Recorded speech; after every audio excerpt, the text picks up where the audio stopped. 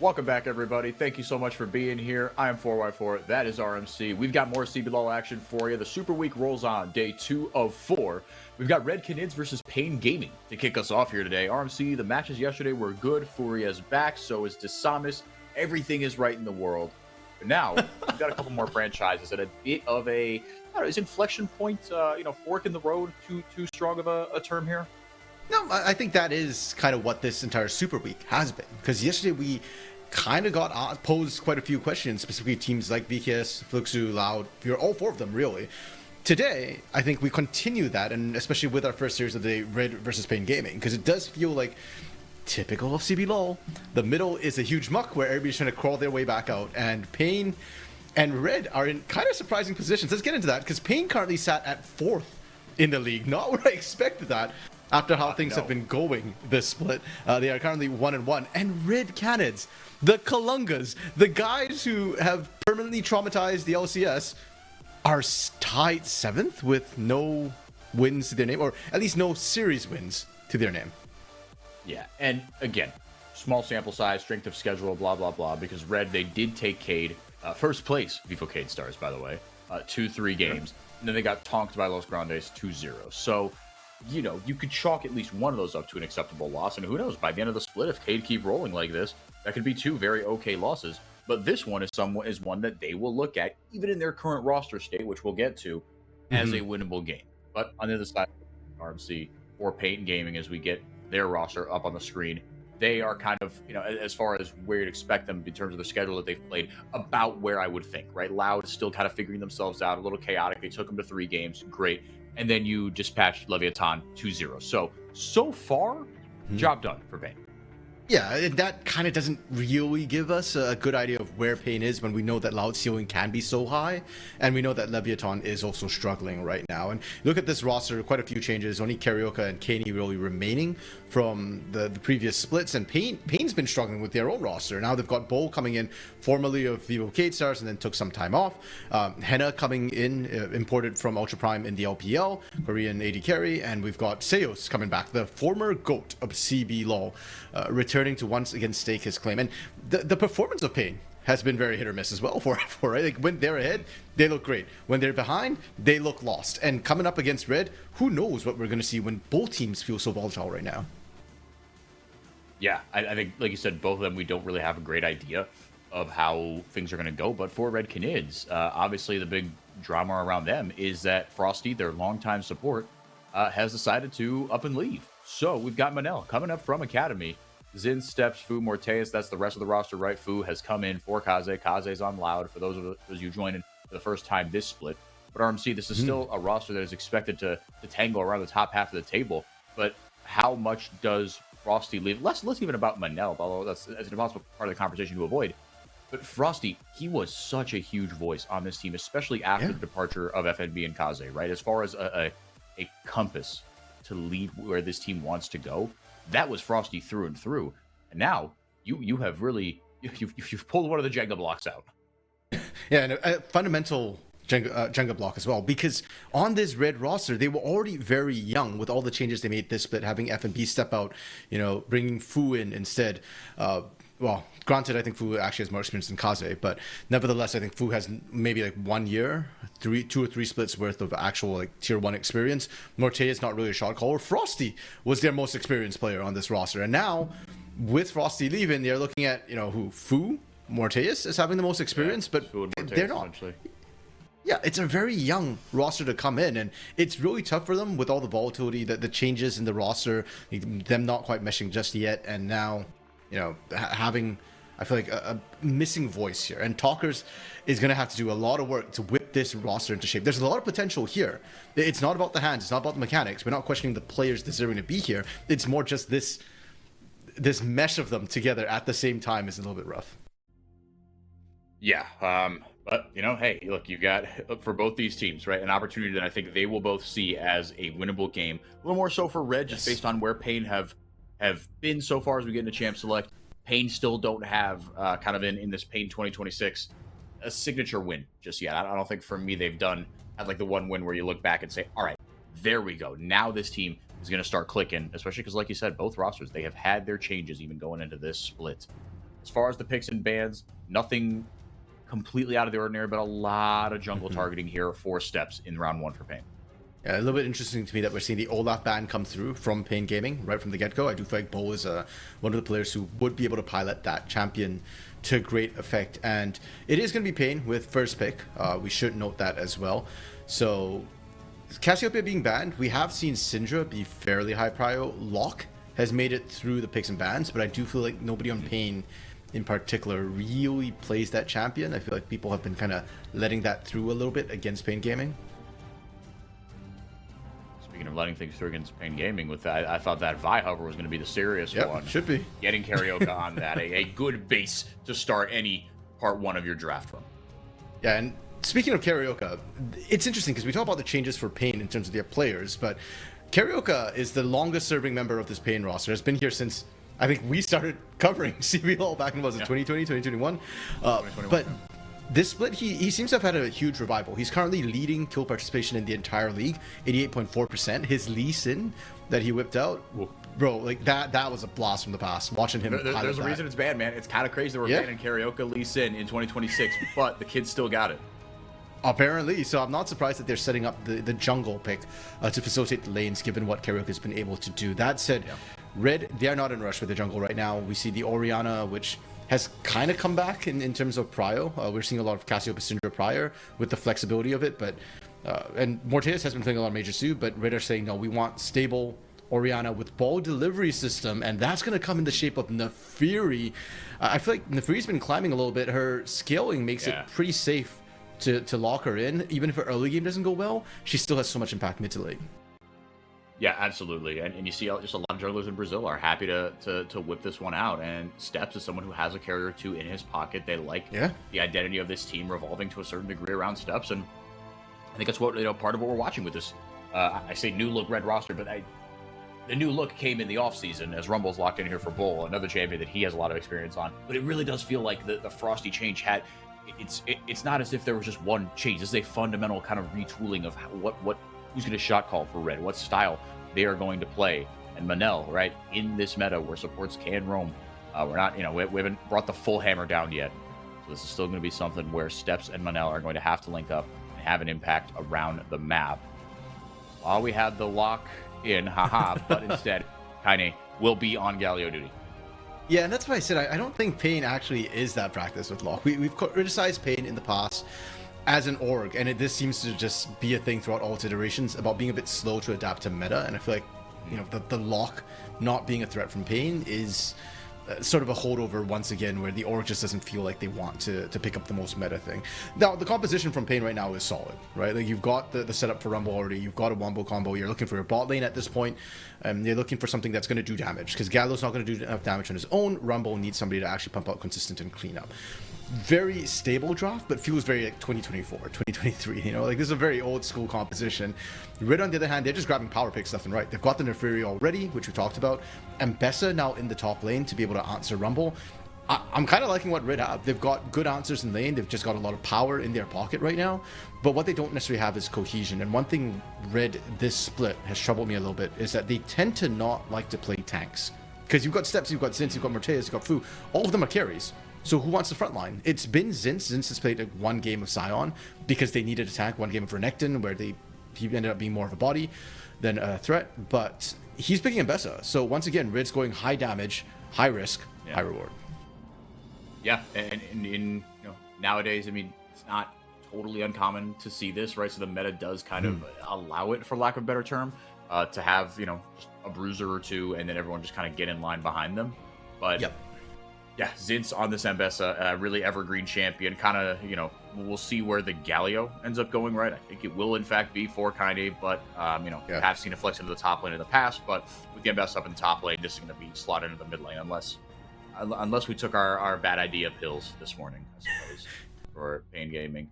As the rest of the picks and bans come through, just a lot of bot lane bans. Shen being locked in as a ban, I should say, against anything that could come through. I guess a preemptive Camille ban, ? But RMC, the marksman priority still higher than I think maybe the general public might have you believe, with the existential crisis around mages in the bottom lane.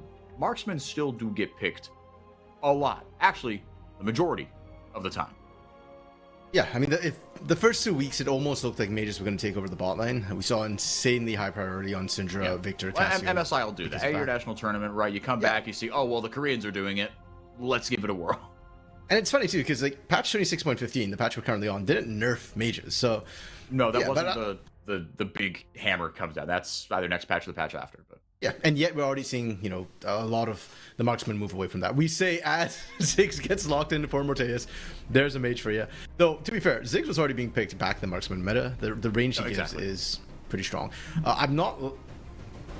I feel like this Ziggs pickup is almost preemptive because they're expecting a safe ranged AD carry from Henna, you know, potentially something like an Ezreal. So they just want something that can match range or exceed range. But this Ziggs does not have a lot of setup. We're not seeing any Camille, we're not seeing any lockdown to set up the Mega Inferno Bomb. It just feels like a safe pick for Morteus, and we're going to let the rest of the map run rampant. Really? Okay. They opted for a Sivir for Henna. That's great for damage. That's great for, you know, front to back late game carries. But the range issue, my goodness, into a Nafiri, Orianna, and Bessa. Heck, even the Ziggs, that is a bold choice. Like one-on-one against Ziggs, Sivir's great. Later on team fights, your spell shield is not going to keep you safe. No, a lot of things to spell shield. That's for sure. Okay. Again, the Camille is still open for the Ziggs on the other side. Yeah. Excuse me, because that hasn't been taken away. But it'll be Sivir Bard, the premier roam enabler for the side of Pain Gaming. And for me, and you could get, if you could get Seos out on the map, that is never a bad thing, especially Seos and Carioca, two of the most experienced players we've had in Brazil.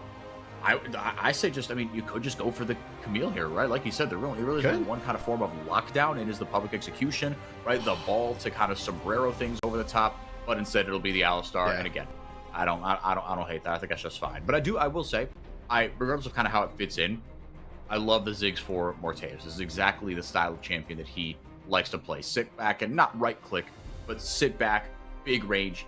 Morteus can be trusted to do a ton of damage in team. Yeah, just stay safe, sort of deal. Exactly. Now with the Vi, it is a little bit scary. I'm gonna be honest, I was kind of hoping for a pike from Manel. Back in CD, he used to whip out the pike from time to time. And into this composition from Pain Gaming, I feel like it's not necessarily a bad shout, but the 2v2 would be rough. And I like the Alistar pick in terms of composition. We were talking about them lacking a tank.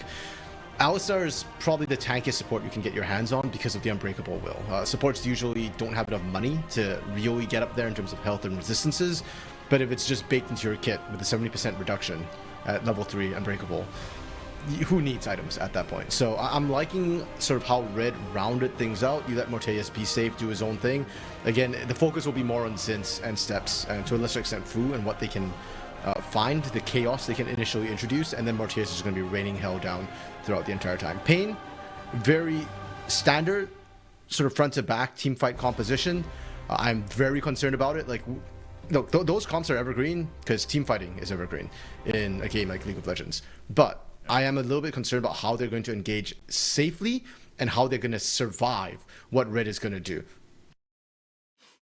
There's a lot of firepower on both sides. Like you said, a lot of chance to disrupt, a lot of chance to get into the back line and make the fights happen on your own terms. So you drafted a lot of agency for both these guys and both these junglers who absolutely thrive on that agency, and who now, I mean, and we keep coming back to it for Red, a lot of the agency to me is going to start to fall on Zinz, or on Steps rather.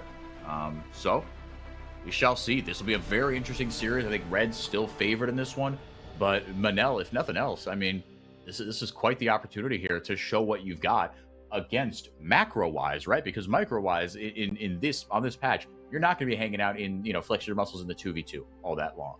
How are you going to link up with your jungler and go up against two of the most, I'm not even going to say cerebral, but I'll just go back and say most experienced, right? The guys with the deepest bucket of tricks up their sleeve, Carioca and Seos. Seos having played in the LCS for a Shopify team in 2025 that exceeded a bunch of expectations, won like 0 games in the regular season, and then came within a game of eliminating Red Canids in that 2-3 series in the Americas wide playoffs in the LTA. I was in the building for that. I had conflicted emotions. I love that Red won. Oh yeah. But seeing my boy Seos like that was tough. But now back in Brazil on the org that was his sworn enemy for so long when he was a part of that Loud dynasty. Yeah, and to be fair, I don't think there's any hard feelings against Seos. If anything, you know that No. they were going to be When you're in salivating as dire pain. straits as pain are, any port in a storm, right? True. Well, not only that, but like they're going to be salivating at the option to grab a player like that, right? Like if anything, it was mostly just the Robo Tinones part of it that really bit That one, pain. yes. Yeah, because they were former players, whereas Seos, no hard feelings there. Now, speaking of the oldest players, I actually do believe that Karyoka and Seos might be the longest serving CBLOL players at this point. The only other player I can think of who's in the league currently would be Tuts. Envy's out. Yeah, I would say Tuts or JoJo, right? True, Jojo, I forgot about. JoJo was technically on Team 1, which is hilarious. Way back before the pandemic, I think he was a Tier 1 player. I still view JoJo as like 12 years old, maybe just because he looks so young, but he's right up there with, like you said, Karyoka and Seos, these guys who have been playing since before the pandemic. But I think those three and Tuts are the only guys that have been playing Tier 1 since before the pandemic and Tuts, he went down for a little bit, but more or less been Tier 1 players since then. I think most of them have at this point. Seos probably, I think, the only one who might not have gone down since pre-franchising. But yeah, it's wild to think that the pre-franchising such a long time ago. Kenny taking a beating, though, from Fu. That is to be expected. Range into melee matchup. And across map, Karyoka actually looking to get a bit of an invade off. Now, they've both full cleared, so it's more of a gank. Did he get spotted? No, he did I don't not. know. Yeah, Let's go. Fu's kind of playing like it. Maybe that was just because he had a lack of mana, but you blow the flash from the Orianna, never a bad thing. Yeah, and really well played from both Fu and Karyoka, kind of getting that little bit of a gank off. Now, it does come at a cost because Seos did decide to roam up to try and double down on this. So on the bot side right now, Henna getting shoved in, Manel getting a little bit more XP, steps to the top side against Bull. Steps in, goes untargetable just for that little bit, getting a lot of damage onto Bull. Bull with the Flame Spitter out defensively. Nothing really doing there with that one. He did get the Scuttle Crab, but it was split on the other side by Karyoka. And looking at the top lane for i4, fun fact, when I was looking at this, I realized that Bull and Zinz actually never faced off in CBLOL. When Bull was in the CBLOL, Zinz was in CD. And when Zinz came up last split, Bull got dropped by VKS. So this will be the first time they're actually meeting in the Tier 1 stage. Nice interrupt there by Manel and forced a flash out of Kaney. I'm actually a little bit surprised Kenny flashed that early. I think he could have taken a little bit more to try and walk it off. But yeah, I didn't want to risk anything there. Fu going to continue the abuse. Karyoka looking. We'll get spotted on the ward, but one more slow. But is it enough? All right, so it's just flashes being blown left, right, and center. Wow. But then the follow-up question becomes, how do you capitalize on that? Yeah, and kind of what it means for the lanes. Because right now, Pain's actually losing out a little bit in the lanes. Like, not significantly, but you're seeing 1 or 2 CS advantages kind of across the board. So I think Red are pretty comfortable with this. And honestly, when you look at the names, when you look at Zinz, who in his debut split, last split, was right up there, challenging the likes of Shino. Heck, even going toe-to-toe with Zest. When you have Steps, who was lauded as such a huge mechanical jungler coming in from LATAM. Some even calling him like the next Tatu, which I thought was a little bit much, but, his mechanics are not in question. Fu, a player who on Fluxu had to 1v5 in the past, and actually did that in some games. You expect them to win their lanes, and Red are able to do just that so far. As long as they can isolate, I think they'll be comfortable. Yeah, you certainly don't expect them to get tonked. I think that's the main thing, right? Like you said, they all have priors for being guys that can hold their own in kind of in your 1v1 scenarios, or dropped in the middle of the lane there by Pain Gaming, or any potential shenanigans. Steps going to go over the wall. He's a little bit closer to hitting level 6 than his counterpart, Karyoka. Trouble is, his counterpart is on the dragon and should walk away with it kind of easy breezy here. We'll see if there's any sort of follow-up. Steps went for the flash smite on that one. Wow. Not sure if that's the most. That feels like, what happened to me at a Nexus night recently, where I was tilted because I was down 1-0 in a series against an Akali. Used Forgotten Signpost and just like a dummy ready unit in his base to just, it was horrible. I got my you-know-what-it. And then in game 2, I blew everything to clear his green Akali early in the game, and I blew 2 defies at a discipline on like turn 4 or turn 3, and essentially just like, and I lost. Not because of that, but I was like so tilted, and I was like, I refuse to let this effing card lose me the game again, and I blew everything on that, and then I had nothing in the mid game.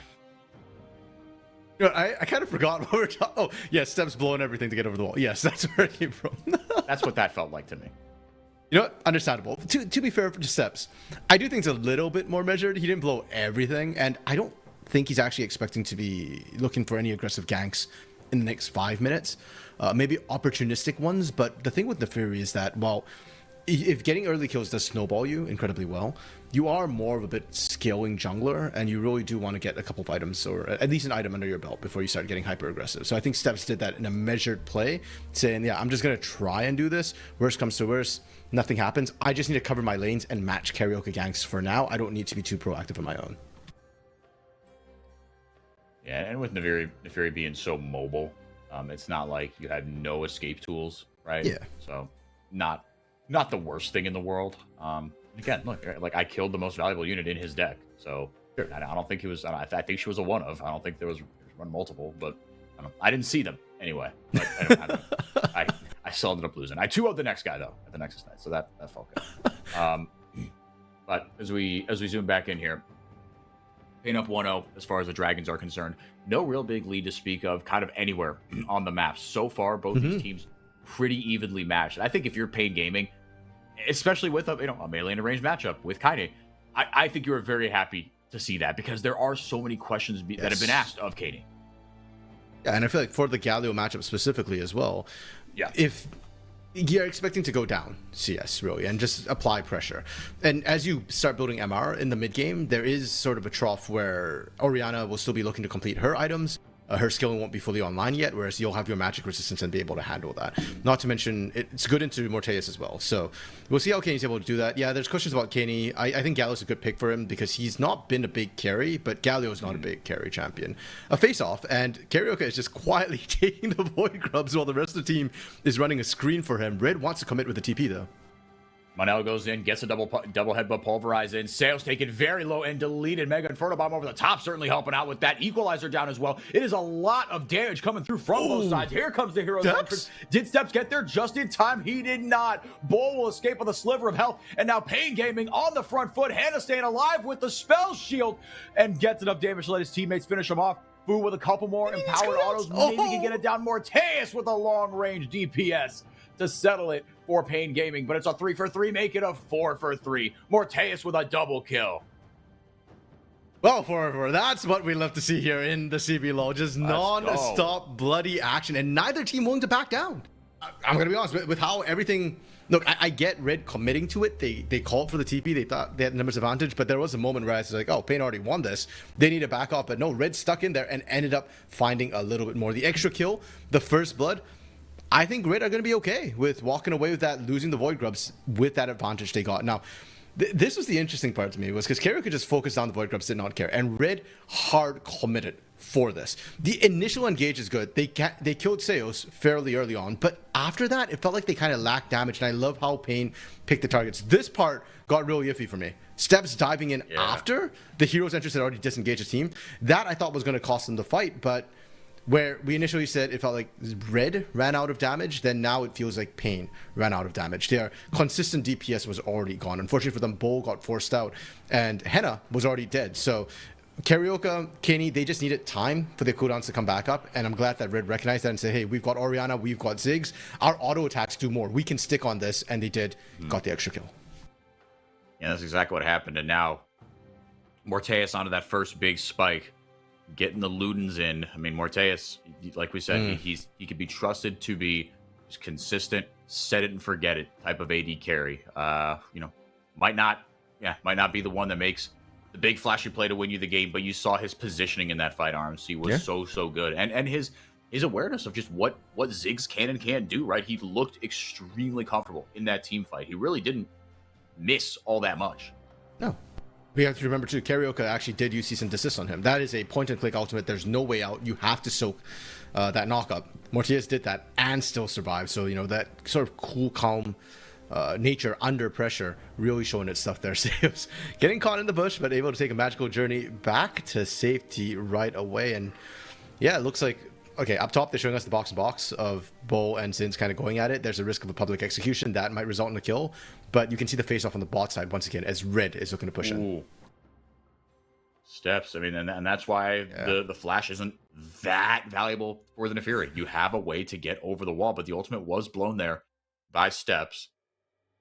Flash blown there from Seos as well. Still got the Tempered Fate, so still got the big Bard button. Should they want to try something around this dragon, but Pain Gaming with enough priority to at least start this one up, and everybody else seems like they're recalling. Yeah. Excuse me, for Red Canids, so Pain going to take a 2-0 lead in that department.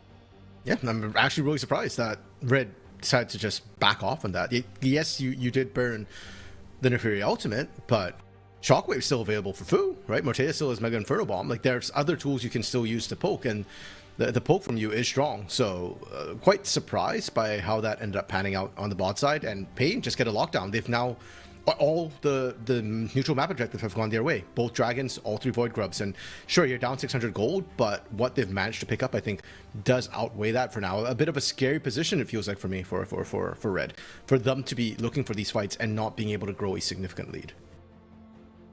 You only talk about how important it is to be the first one to these fights. So he'll be the one to pull the trigger on these fights. I will say, if Pain are the ones that get aggressed on, I think because of the Galio, they have kind of that one crucial tool to be able to withstand an initial burst, right? Whereas with Red, I think that gets a little bit trickier. That is a little more go forward, and you would hate to use things like the Shockwave and, Pulverize and stuff defensively. I feel like you have, maybe not more value, but I feel like it's tougher to execute defensively, and it's a little more, like you said, when you have a ball delivery system, it is a little more go forward. I think that is much more where Red's composition likes to be.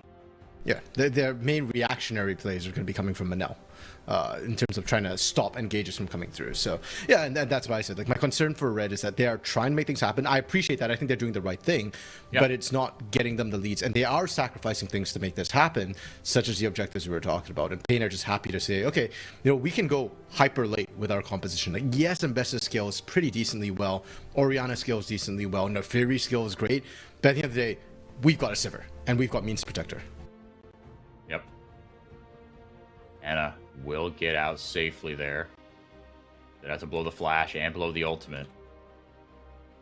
And we'll see. You're kind of tracking these for the next big team fight that comes up.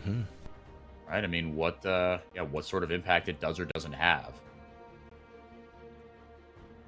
So far, RMC, the game has slowed down just this little bit, but I'm not expecting that to last. I'll put it that way. Although we have seen, I don't know. Just to say that. Everyone and their mother coming down trying to get onto Zins with a flash blown with a Tempered Fate popped as well. You get a good shove out of that from Pain, if nothing else. Again, nothing to fight for on the back end, but good job by Red responding on the other side of the map. Yeah, and I'd argue that for Red, this is a better play for them. It's a lower resource cost, which they're doing. They're just answering right now. And Kaney, one thing I really like about what Red is doing is they're playing around the globals. Kaney overstayed. Just that little bit. Oh, stick around just a little too long and steps up there with the punish, joined by Fu and Manel. Good awareness there by Steps. Yeah, and kind of the opposite from Kaney. Like, you knew that, hey, there's 2 people up here. There's always the risk of a third. Instead of just backing off completely, Kaney was greeting for XP. Dia introduced me to a term that his friend's been using recently, apparently. Biblical levels of greed. And to me, that was what we got from Kaney right there. Like, he just wanted that XP so badly, and he didn't need it. I was just going to say, for Kaney, he's got to remember that he's the global on the team. He's the reactionary play from Pain. He's the backup. He doesn't have backup of his own, and he knows his entire team is on the bottom of the map right now. Yeah, he's on his own. You just can't be up there that dangerously. Yeah, I think Dia nailed it. This is the kind of greed they talk about in the Bible, the type that gets punished in, like, well, of course that was going to happen. How did you not see the angry deity just kind of waiting over your shoulder like, you idiot, you're gonna do it, aren't you? Watch this. I'm gonna make you into a parable, young man. Okay, since no flash this time, Silas trapped behind him, and the control ward that Silas doesn't spot will give that away, and now they'll finally clear that out. So since is going to be fine, though, even with that one plate, as long as they can track most of it, Rose. Wait, what the? I think this is the, for the grand final. That's hilarious. The timing from Rose was so good. He's like, I am the angry deity, and bus starts rolling over. Yeah, and then a bus starts rolling over. Oh, God, he's going to get hit by a bus. Yeah. That's it's like I feel like someone getting hit by a bus was like a common, like, early 2010s, like, bad soap opera trope, right? We need to kill off a character because they, like, said something not nice about Jewish people or something off screen, right? The actor, there's like, how do we kill them off? We've got a bus, right? Yeah, it's the I guess the North American version of Truck-kun from Japan. Struck good, exactly. Yes, yes. I think that is exactly it. Well said. Bust Lunar. Yeah, there we go. Bust good, exactly. Nailed it. Thank you, Lunar. On the Dragon front here. Now 3-0 is the opportunity for Pain Gaming. A little bit of a trickier proposition to give up. Red didn't really put up much of a fight in the second one. The first one, yeah, they blew the flash that certainly threw me back into a little bit of stress. We'll see with the Herald as an option here. Step's going to step into that one. Manel being flanked by a couple. And a good tempered fate to prevent that defensively. But I think Shelly's still going to get one. No, after that one charge, just going to walk right up. Yep. Not get maximum value out of it, but the Dragon has been started here by Red, but obviously Pain know exactly where they are. We are going to get a fight here. Please. Fumble. We are going to get a fight. Nice over the wall. Bull has to flash away. And now the hero's entrance into kind of nobody but Carioca in there like swimwear. Bull with a nice equalizer over the top. Gets a lot of value out of that one. Fu has to back off. Carioca goes in, gets decent damage down. Sales trying to provide CC with his boy Henna. Oh, he's still alive. Laying it down on the other side, but he can't get close. He cannot get close enough, even though his team's got the vision with the control ward. The Dragon goes over to Red Canids, as they now have a decent-sized lead in this one after taking Carioca down as well. Look, I know Carioca did go down for, but I'm shocked at how long he lived in the midst of that. That was borderline illegal. And for Red, that's a Dragon fight they needed and should win. They are stronger right now. Zins, his flash is still not back up. No, but he's got steps waiting in the wings. He's strong enough to make something happen here. Potentially turn this one around. It is just Sales. I mean, he does okay damage, but certainly not itemizing for it. That blood talents will do a little bit, but not a lot. Zins punishing an overstay here, and now going for blood as Sales will flash under the tower and get the double kill here for Zins. Very nicely done. Red Canids. This is what we wanted to see from them. Yeah, and this is the part of the game for where we question, Pain, what do you do when you're behind? And this is why I'm saying that they don't look good when they're playing from behind. That play from Bull and Sales, I don't even want to say that looks like desperation, because that was highly unnecessary. That was unnecessary. Exactly. That's the word I was going to use. Yeah. It's greedy, and for reasons that I don't really understand. Like, you were not going to be able to win that fight. You saw how little damage they were doing to Zins, how long they'd have to run Zins down, and Zins was actually near his turret. There was no chance. Now, we do get the replay of the team fight, and for Pain, I understand poking your head in. As it is, I think they got lucky in a lot of ways. This interaction right here was super weird, because Bull should have been pulled further in. Instead, I think the shockwave actually put him closer to the wall, which allowed him to flash out to safety. Now, the rest of Pain go diving in. They were trying to set the equalizer, and it was kind of good. Carioca lives disgustingly long, but the big problem for them was that, first of all, they're not strong enough. And look at Henna. Henna spends this entire fight. He did nothing. Yeah, he's just dawdling on the side, and I get it. You're short range, you're not feeling safe walking into there. But in the first place, Pain, control ward in the banana brush. That's your blind spot. Yeah, and maybe it wasn't placed in a way where the vision kind of looped around. You know what I mean? And that must have been it. I think he must have just been worried about that.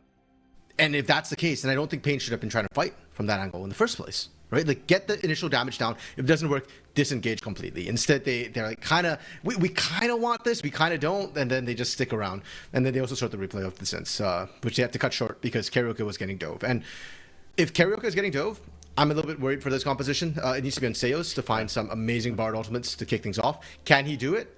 Yes. Will he do it with the way Pain's playing right now? That's the big question mark. That's $1 million question.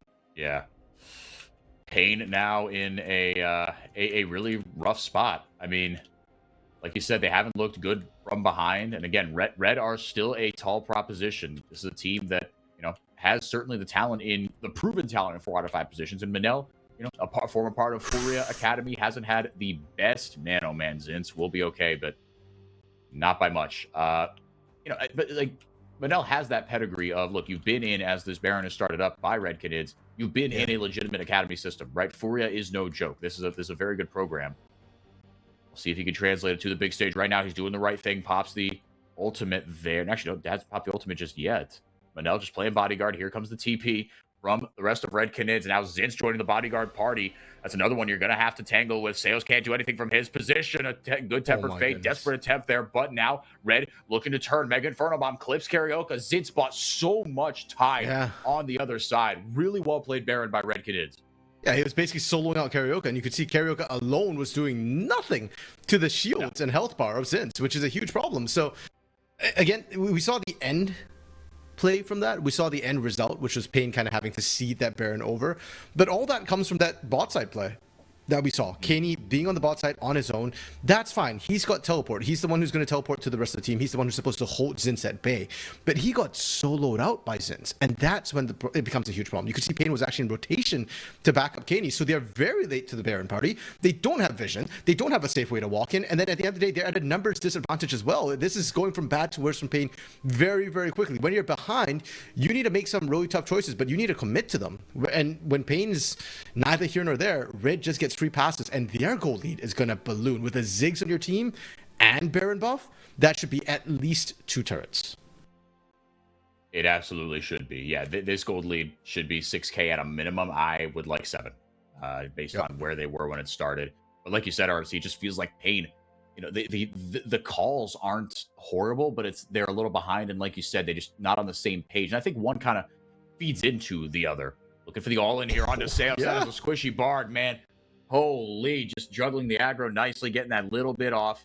So that Steps could finish up the kill. Now it's a 5v4. Morteus having his way with that tier 2 in the mid lane. It is 4 turrets to 0 for Red Canids. They're running riot on this map, RMC. They're going to get another one here with this Baroned up cannon minion. Well, maybe they might. Well, when they decide to turn their eyes to it, it is guaranteed. The thing for Red right now is I'm not going to call it greedy, because Pain does it, it's greedy when they're behind. When Red does it, they're trying to maximize as much as they can because they get away with it. They're actually chipping away at the mid inhibitor turret with the numbers advantage that they do have. Not to mention they knew Bull was still on that top side, like trying to get the outer turret, which essentially tried. He got the outer turret, but that's a sacrifice that Red are more than happy to give over. So now Red, even if they don't secure both 2 turrets in this Baron power play, they are set up to claim another 2 turrets shortly even after the Baron power play expires, which I think is kind of worth it. Yeah, no, you put yourself in a good position, giving yourself the opportunity to be able to do that, like you said. And you've got the 2 lanes around the dragons that you want to keep, I think, prioritizing for me. Sure. With Soul coming up, with the Infernal Soul being a way that you could really put this game to bed. And not just any Infernal Soul for a quadruple Infernal Soul. Nothing but Infernal for Red if they get it. Like, the damage increases they're getting are going to be nutty. And Pain are already behind. Pain are already struggling to actually take down people like Zinz. And that's a huge deal when Red technically doesn't have a true tank. Zinz is arguably their tankiest member, along with Manel when Unbreakable is going off. And if their tankiest member is doing so much damage as well on top of that, yeah, you've got massive issues. Suboptimal. Yeah, like you said, you've got issues. It's a problem that you weren't planning on accounting for. As Pain just try to hunker down and stem the bleeding a little bit. Again, they've kept the gold lead at 6,000. So far from the worst thing in the world. Let's see what Red can do to keep bleeding them dry. Like we said, it's 2-2 on the Dragon front. That 4th one, absolutely what they're looking to be able to bust this game open and really put it out of reach. Penna gonna spell shield Mega Inferno Bomb for Morteus, who, I mean, we haven't talked about him since the early game, really.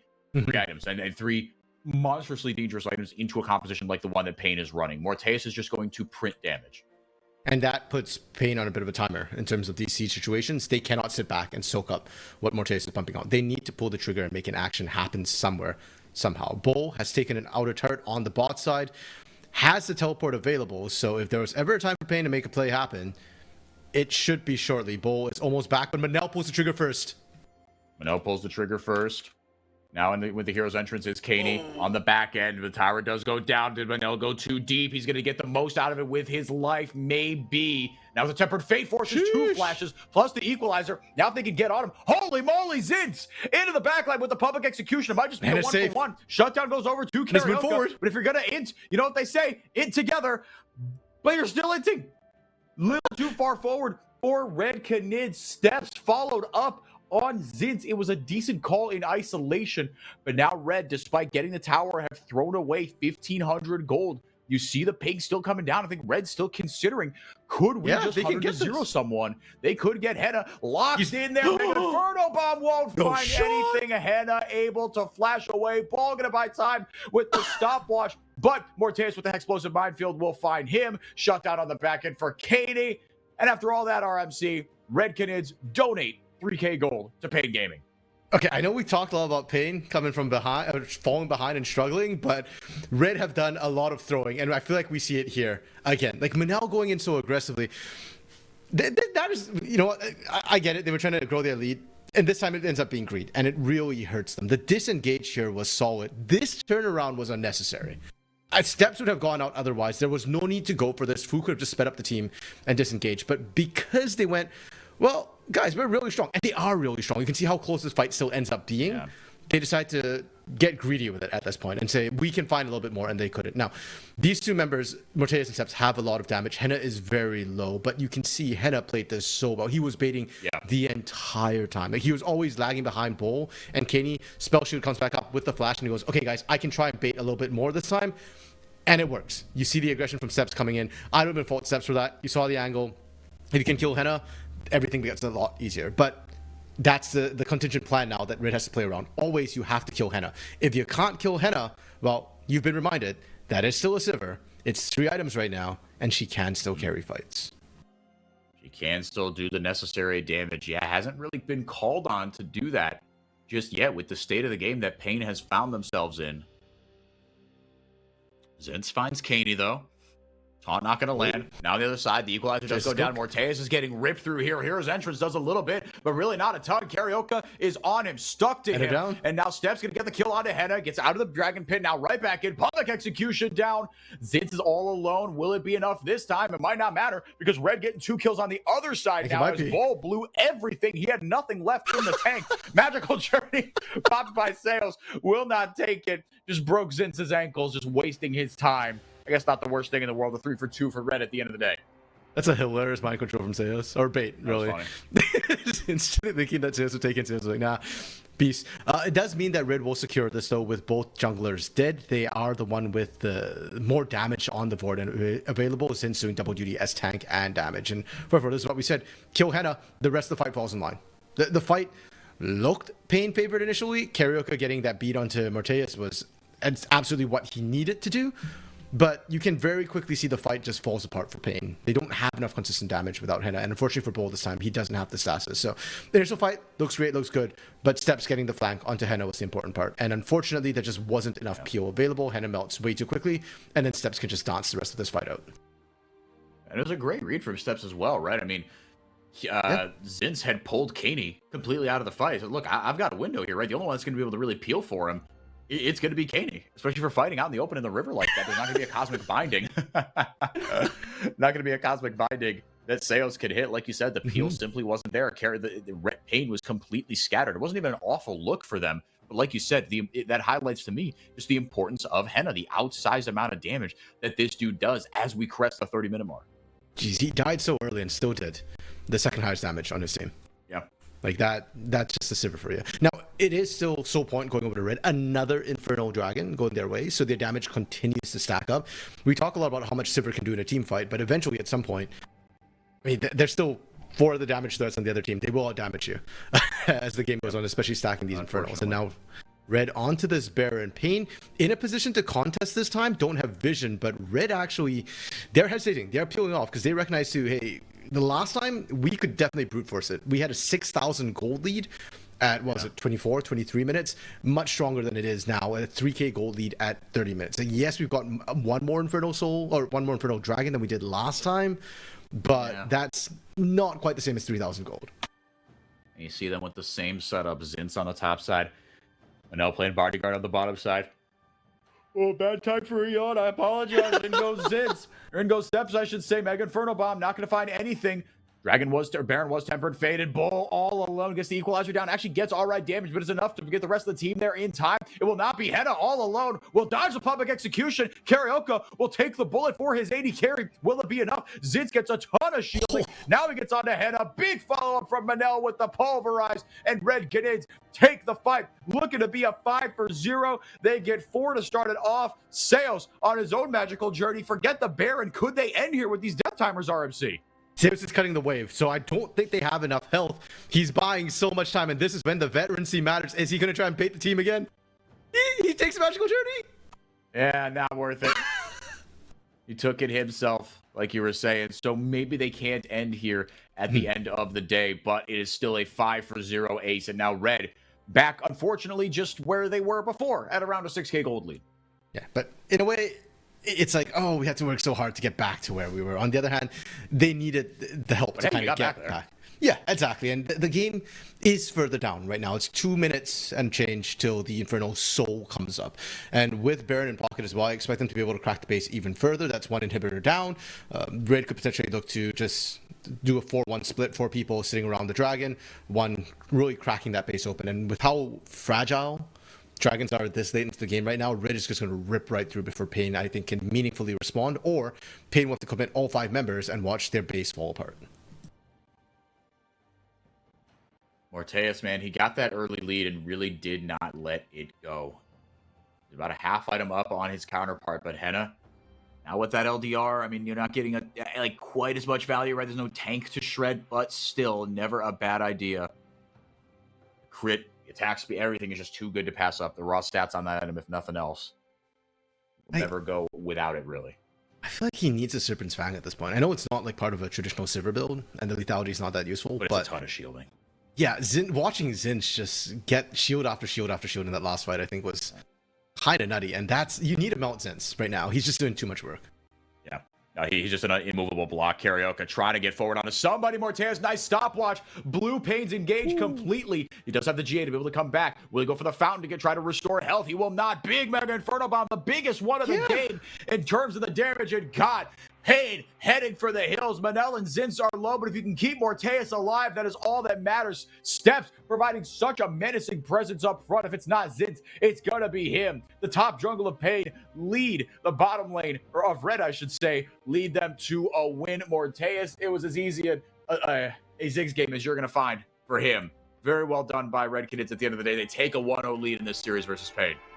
Yeah, and Red, we said they have a propensity to throw. We kind of saw that a little bit in the mid game. 1 or 2 fights looked a little bit dicey, but you can't argue with the skill that gets them those leads that they throw. And unfortunately for Pain this time, the throw was not big enough, and Pain continued to struggle from behind. They're very good at capitalizing on the mistakes, but they're not forcing the errors they need to kind of take control of the game back into their own hands. Well, let's see, and look, the Pain faithful, right? They will always be there. Hey, because it's not like Pain were useless in this game. No. They showed good stuff, but there was just a couple of marginal things that didn't go their way. And again, you got to give more credit. It's not to take anything away from Red. They played a really, really clean, solid game. Not a lot of holes to poke in their game, aside from, like you said, just Zinz seeing the angle for a squishy target with low health and said, if I press R, he dies. And to be fair, he did hit that one target, so it wasn't completely terrible. But aside from that, it was just Red playing a really solid front-to-back game. Everyone did their job, man. And I really do think, I mean, the way that Zinz and Steps were playing the team fights, right? Juggling kind of the front-of-line duties on these, Nefuri, getting in there as an assassin, but also a bit of a bruiser. And Morteus, man, surgical on the little Yordle, right? And got jumped on a couple of times. But managed to keep himself safe as well. Red Morteus, just a really good game from Red. Like, I think there are things to criticize for Pain, obviously, but Red played a really good game of League of Legends. Yeah, and for Morteus specifically, the thing about him was that he got jumped on most of those fights, and he survived like half of them. The other half, he took long enough to die that you could see there was zero PO for Henna in a lot of those situations. So Henna was like, if no flash, press R on yourself, satchel charge, explosive minefield. He's like, all right, you might take me down. I'm gonna make your life so difficult if you choose to continue this. Yeah, and I'm just going to keep wasting your time. And if you're focused on me, you're not focused on the other carriers of my team. Because we already from draft, we already said that Morteus, he's going to do his own Ziggs things. This comp is not about the Ziggs. Ziggs is just there. It was going to be about Zinz. Exactly. It was going to be about Zinz. It was going to be about Steps. And the two of them were just wrecking Pain's backline. Now, for Pain, we did say in draft that their composition was going to have a bit of struggles into Red's composition, and unfortunately we saw just that. They didn't get the nice front to backs that they were looking for. Their engages were kind of hard to follow up on into this composition where everybody can just run around and create so much space, so many barriers for the team to follow up. I think going into game 2, the easiest fix for them would be to look into draft and try and find counters into Red. Don't just focus on yourself and draft in a vacuum. In a vacuum, comp was great. In reality, too many answers coming from their side, and y'all didn't have answers into what Red wanted to do. So, for Pain, a lot of times we look at the players and say, okay, this player needs to step up, that player needs to step up. Right now, I'm saying their coaches, Dion Ray, Zero, they need to step up a little bit going into game 2. Well, it reminded me of what you said. I mean, when the Sivir got locked in, you say, okay, look, that's a lot of damage, but into this composition, it is really, really tough. And you saw literally, I'll never get that image out of my head of Henna just kind of like, just, like clicking, clicking next to his champion around that banana brush around the river, right? Just like, I can't go. If I step too close, there's a high chance I die, right? And that brought back into my head what you said about draft of like, look, that's all well and good, but with this short range of a composition, it's going to be really, really tricky. And I think you saw that. So we'll see what sort of adjustments they make in draft. Because yeah, like I said, they looked okay. Just felt like they were victims of their own mismanagement in draft. There was a couple self-inflicted wounds, but the talent and the hands are there to be good enough to at least take down this red roster. To compete at the top of the table, we're a long way from there. But so far, they've got enough in this best of three. We'll see how they bounce back when we come back.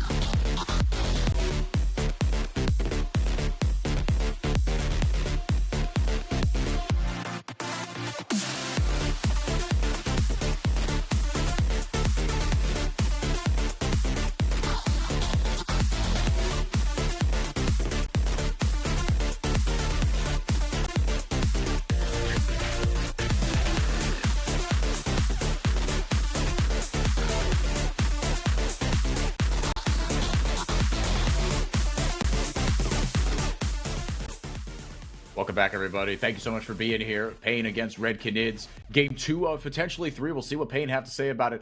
Red, after a little wobble, looked pretty comfortable at the end of the game against Pain Gaming. But RMC, we talked about just a couple of kind of problems in draft, or at least problems that for Pain, I think, look, if you are a Pain Zetchi, look, the last year has not been kind to you, suffice it to say. But I think there is cause for optimism in this series. Red are far from a world beater. Certainly this iteration. Look, they might get there, but there's a big hole at support. No disrespect to Manel. He played fine, but this is not the actualized version of Red right now. Pain have an opportunity here to take a signature win. Yeah, well, the issue with Pain is it feels like they don't have that X factor to kind of push them over the line when they fall behind.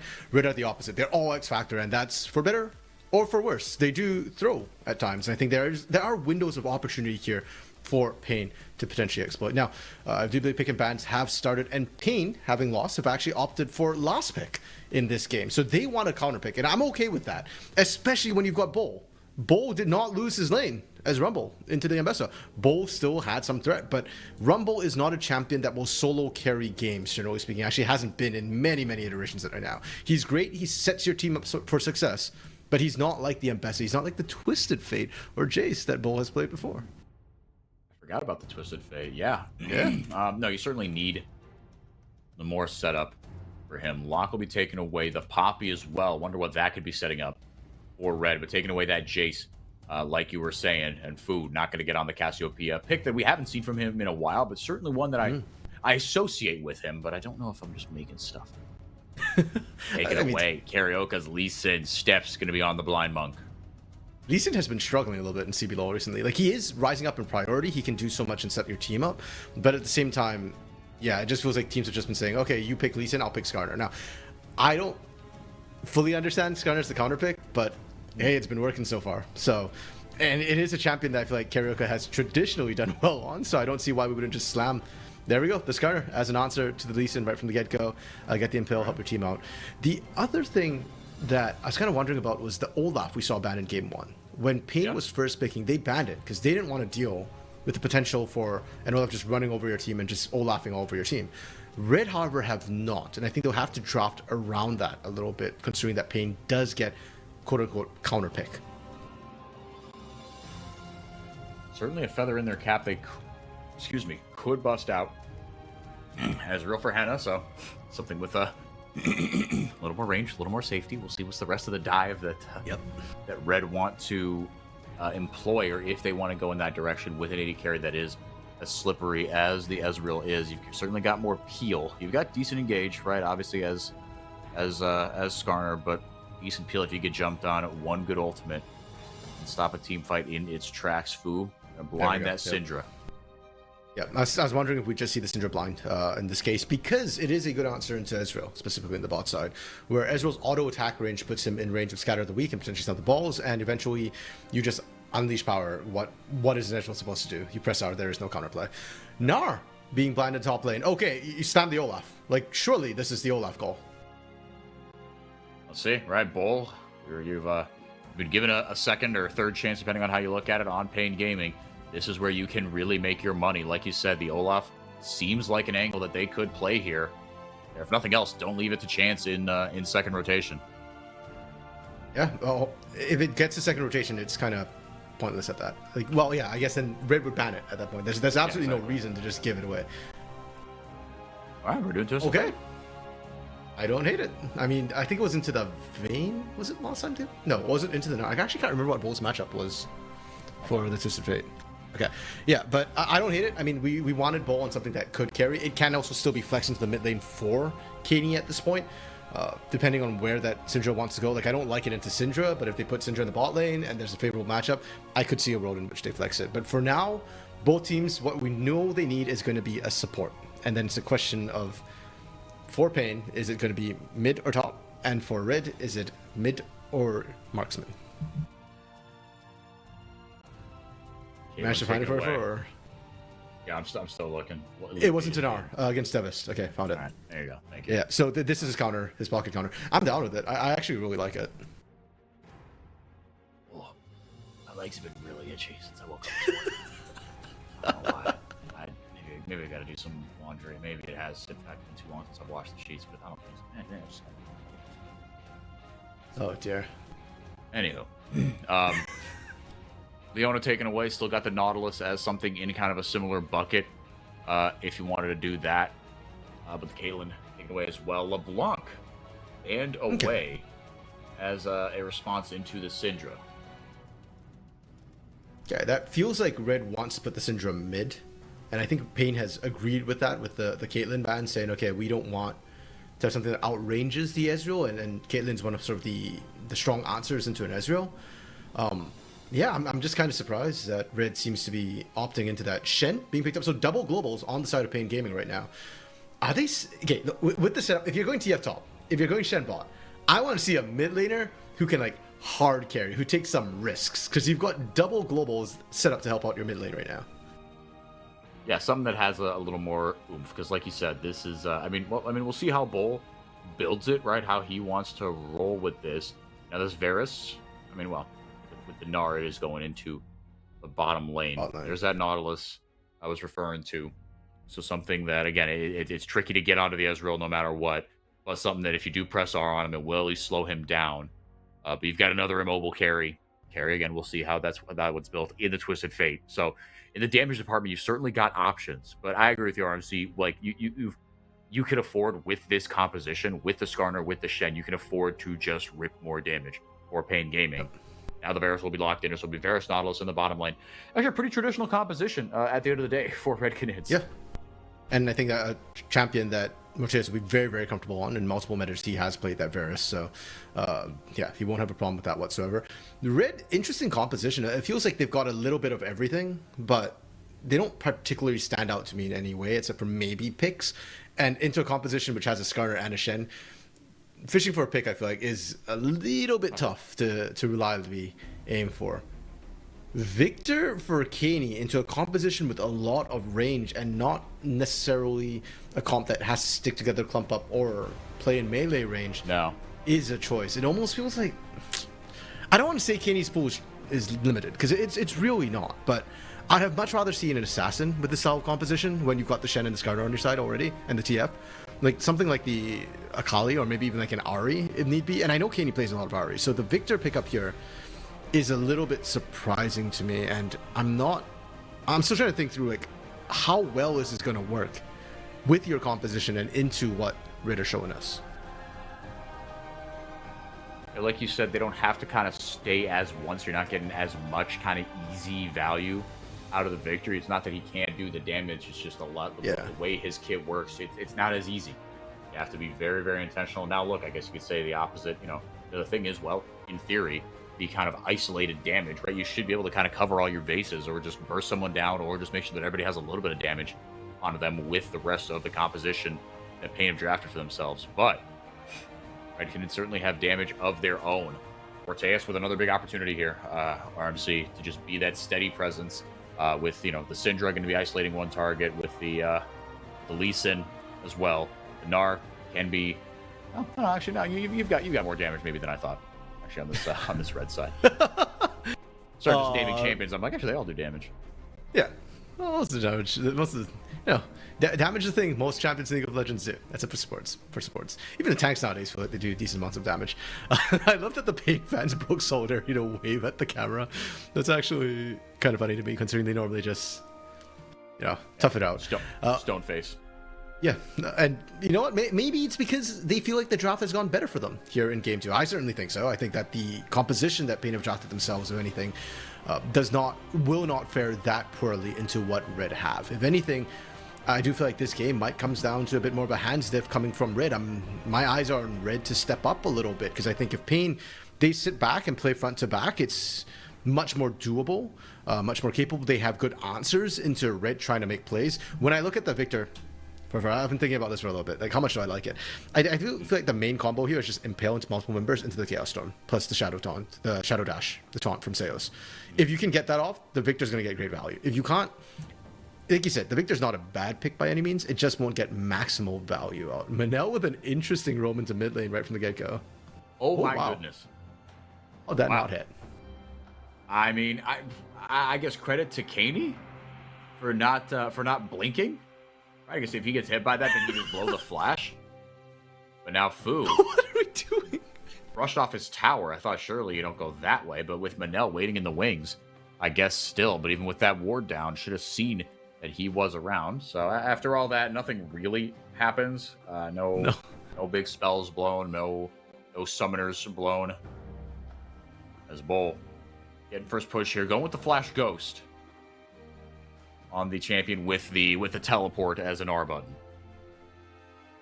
Yeah, because why not, right? You've got double teleports effectively with that Destiny that you're referring to there.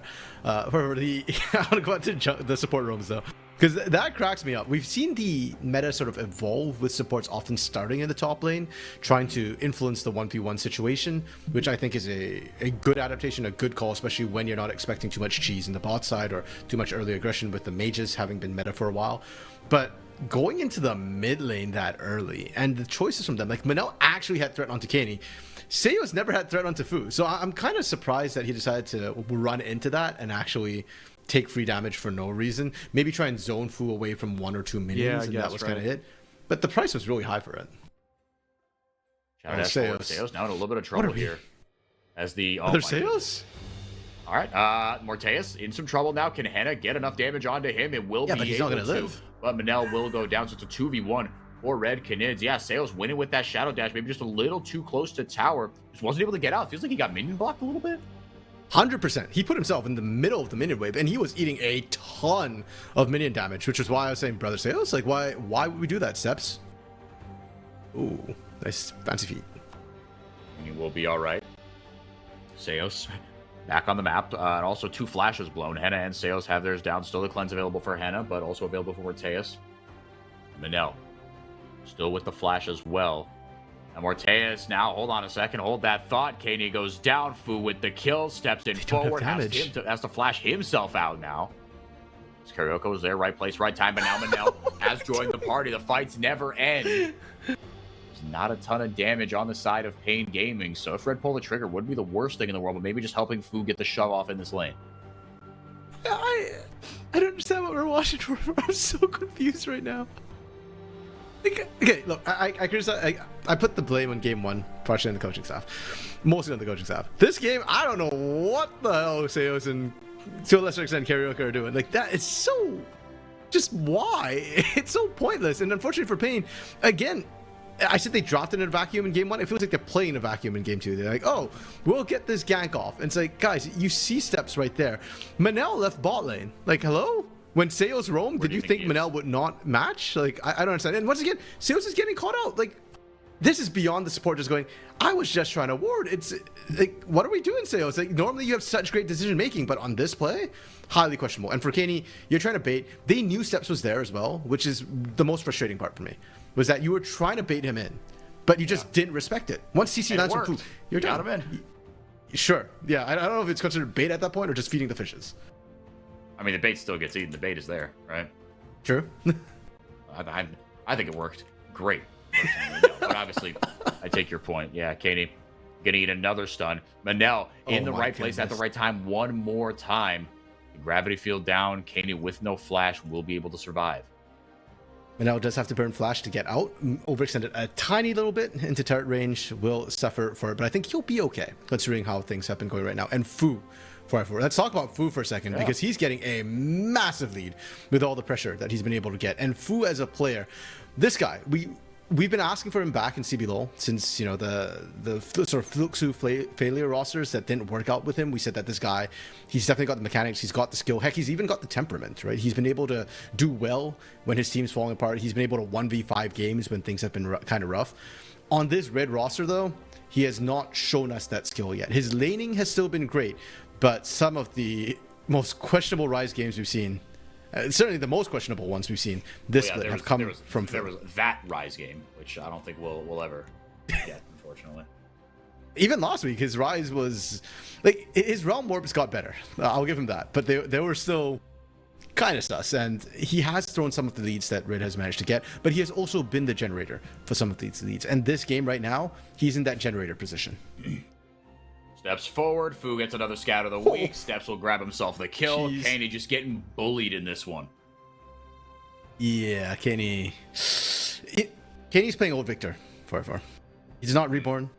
He's not got that special body. He's still crippled right now, limping around, praying that nobody bullies him.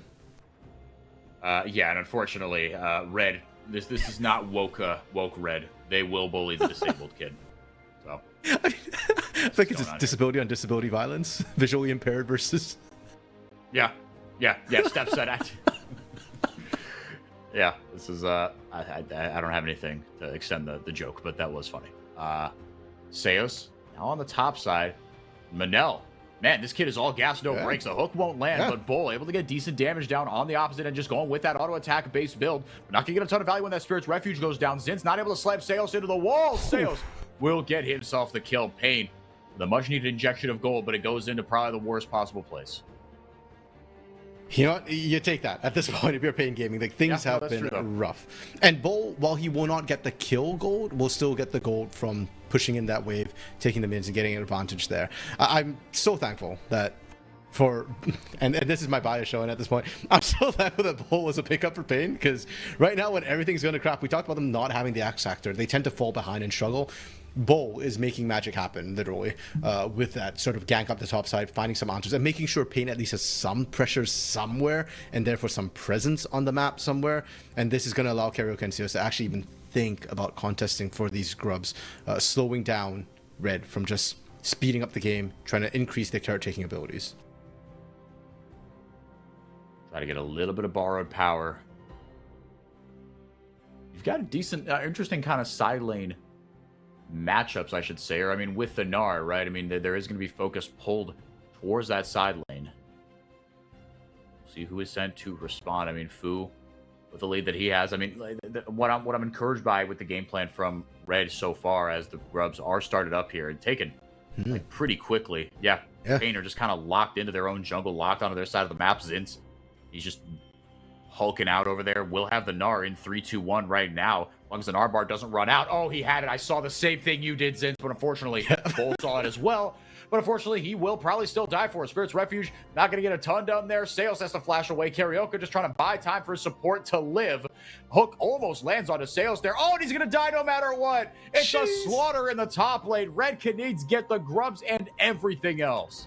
And for his next magic trick, Bull from now you see me, now you don't. That was rough to watch. We were just talking about how that's the one lane Pain could try and play through, and then they don't. And part of that's, I'm looking at Katie, right? Like, where's the rotation? Red had committed 4 members to those Void Grubs, and did Pain just not see it, not respect it, and just walk in with 3?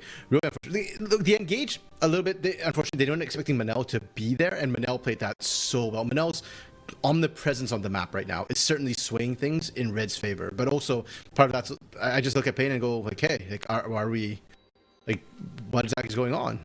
Did we not know? Yeah, because I wish they'd show the map. Right now they were giving us comms. Unfortunately, I can't understand Portuguese, so no point listening to the comms. But yeah, like, where's Kaney in all of this, right? Like, you've got Fu already rotating up, and that does make a difference.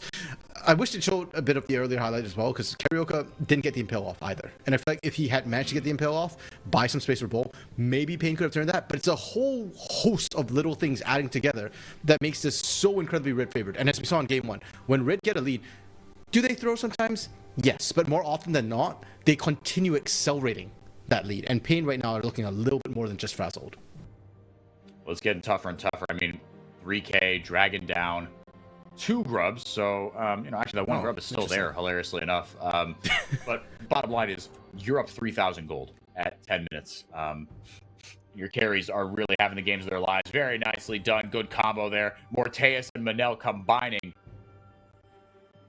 Oh, surely Manel gets out of this. Okay. Yeah, he does.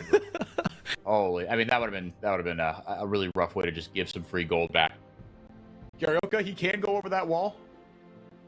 Since it's hulked out, they're going to abandon that play as Bull gets shoved under his weight. But yeah, good Chains of Corruption combo there. Morteus having himself a good game so far. Yeah, but I mean, like, you're getting the gold into the carries early on here, right? And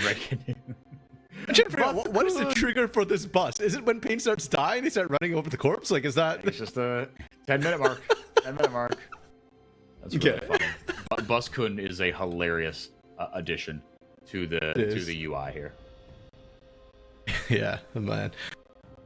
Yeah, but The bot side, the Chains of Corruption combo is great. What is very dangerous for Pain is that they're just doing it on demand right now. Oh, but now Spider-Man's way out of there, and it's Karaoke, who actually gets stunned up, takes a beating. Yeah, that can just be redone on command by Red, and that's really scary when your lanes are diveable, because Bowl is also very diveable on the top side. We've seen Kaney struggle in mid lane. Every lane is exposed. If Karaoke is not there, there is no safety for your lane. Yeah, unfortunately. Yeah, like you said, it's a lot falls on these kind of missed rotations. Like you said, it's not that, again, Pain's composition, a little bit better, right? You have the decent damage, but we talked about how the burden of execution isn't, I mean, I don't know, it's kind of middle of the road, I feel like. But you can't just kind of sit back on your hands and expect the comp to play itself out, right? You have to be able to realize that, look, you've drafted yourself a lot of damage in this Pain gaming composition. You've got to be able to use it. That is where you can get your advantage and overwhelm what Red are doing in the early game. Yeah, and you have to survive the early game as well, which is not what we're seeing from Pain right now, when every lane is falling apart. Look, the individual 1v1, 2v2 laning is fine. It's really a gap in the jungle, which I wasn't expecting when we've seen how Karaoke has been performing in these first 2 weeks. He felt like he regained peak form a little bit, and then this game especially. But it turns out you were just playing against Leviathan. Well, even against Loud, he did pretty decently. but that's Sinatra, and that was literally Sinatra's first tier 1 game. So, yeah, I guess Karaoke has been beating down a little bit, and we might have overestimated. Rumors of his resurrection might have been greatly exaggerated. Oh, my goodness. Seos. Yeah, and Seos just not, I mean, just kind of getting picked off. I mean, this has not been a great game for the return of the prodigal son, unfortunately. No, he's 1-4-1. I don't know what's going on. That was interesting. The hook landed as Karaoke was going through the wall, so they end up on separate sides of the wall. Timeout room. Yeah, I don't know what's going on with Seos either. Seos is struggling desperately. 1-4-1 is not making things easier, and it's actually kind of shafting whoever's laning with him. So Henna has done, I think, a phenomenal job kind of keeping even in CS up to recently, despite how his lane partner's been going. But yeah, now like Kaney can't really hold that. You can see Hennish is being poked out, and there's still threat from Manel in the area. Hex Steps was also waiting in the wings to see if they could find anything. Yeah, Pain, at this point, it might almost be better for them to let the outer turrets fall. If not for the amount of gold that would go over with the turrets falling, I'd say just surrender the outer turrets, consolidate on the inners. But if you do that, that's like another, how much gold? Like 2,000 gold in the pocket of Red? Yeah, that might just be game over at that point. Yeah, it very well might be. This is getting really, really tricky for Red, because also it's not like it's just one carry that the gold is spread out onto. I mean, Steps, what a game from him. 7 of 9 KP on this Lee Sin. Like you said, there's one thing Lee Sin can do. He impacts the map early just extremely well, and it's been a clinic for him. And he's someone that we've talked about on the podcast, on the broadcast, just like, okay, in this new look Red, and even in old look Red, like, it can't just be all Frosty, right? Steps and the peaks that he came in with, it's like, damn, was he just kind of feeding off Kaze, right? Is he actually kind of what he was? Because the start of the split for him had not been kind. But again, the strength of schedule for Red was pretty brutal. But here he has, again, kind of regained the type of proactivity in the form that we saw from him. And I feel like CBLOL is in a state of transition right now with some of our lanes. Like our top lanes, we've had Zinz come in, we've had Shino, of course, really pop off. Zekis joining us from CD this split. Like, there's a transition up there, but the other big transitions in the jungle. You've got the old school junglers like Karaoke, who's very much a almost more than stereotypical, prototypical herbivore jungler. Like, bro is just going to farm best he can, and then team fights. He'll do a ton of work, but don't expect him to be the guy invading, getting a ton of damage down. And then you've got the likes of Tatu, Bookie originally, Young Jay, as much as that backfired at times, and Steps, who are the mechanical sort of, like, hey, give me a carry, give me a hands champion to make things happen. And I feel like right now, Steps, if he's facing a herbivore, is going to run the Rift. When he's facing another carnivore, that's when things get kind of dicey. And unfortunately, Karaoke this game has gone full herbivore, like 0-1-0. He was almost keeping up with farm initially until more recently when he's having to cover lanes a lot more. But it's given Steps so much space. Steps is 2 levels up right now. Ooh. Yeah, I don't feel like he's on the back foot. Cleanse flash blown from both 80 carries. The role quests have started to come in for everybody. Red a little bit scattered. Pain kind of clumped up as one. Certainly. Zinz is mega right now too. I'm so scared.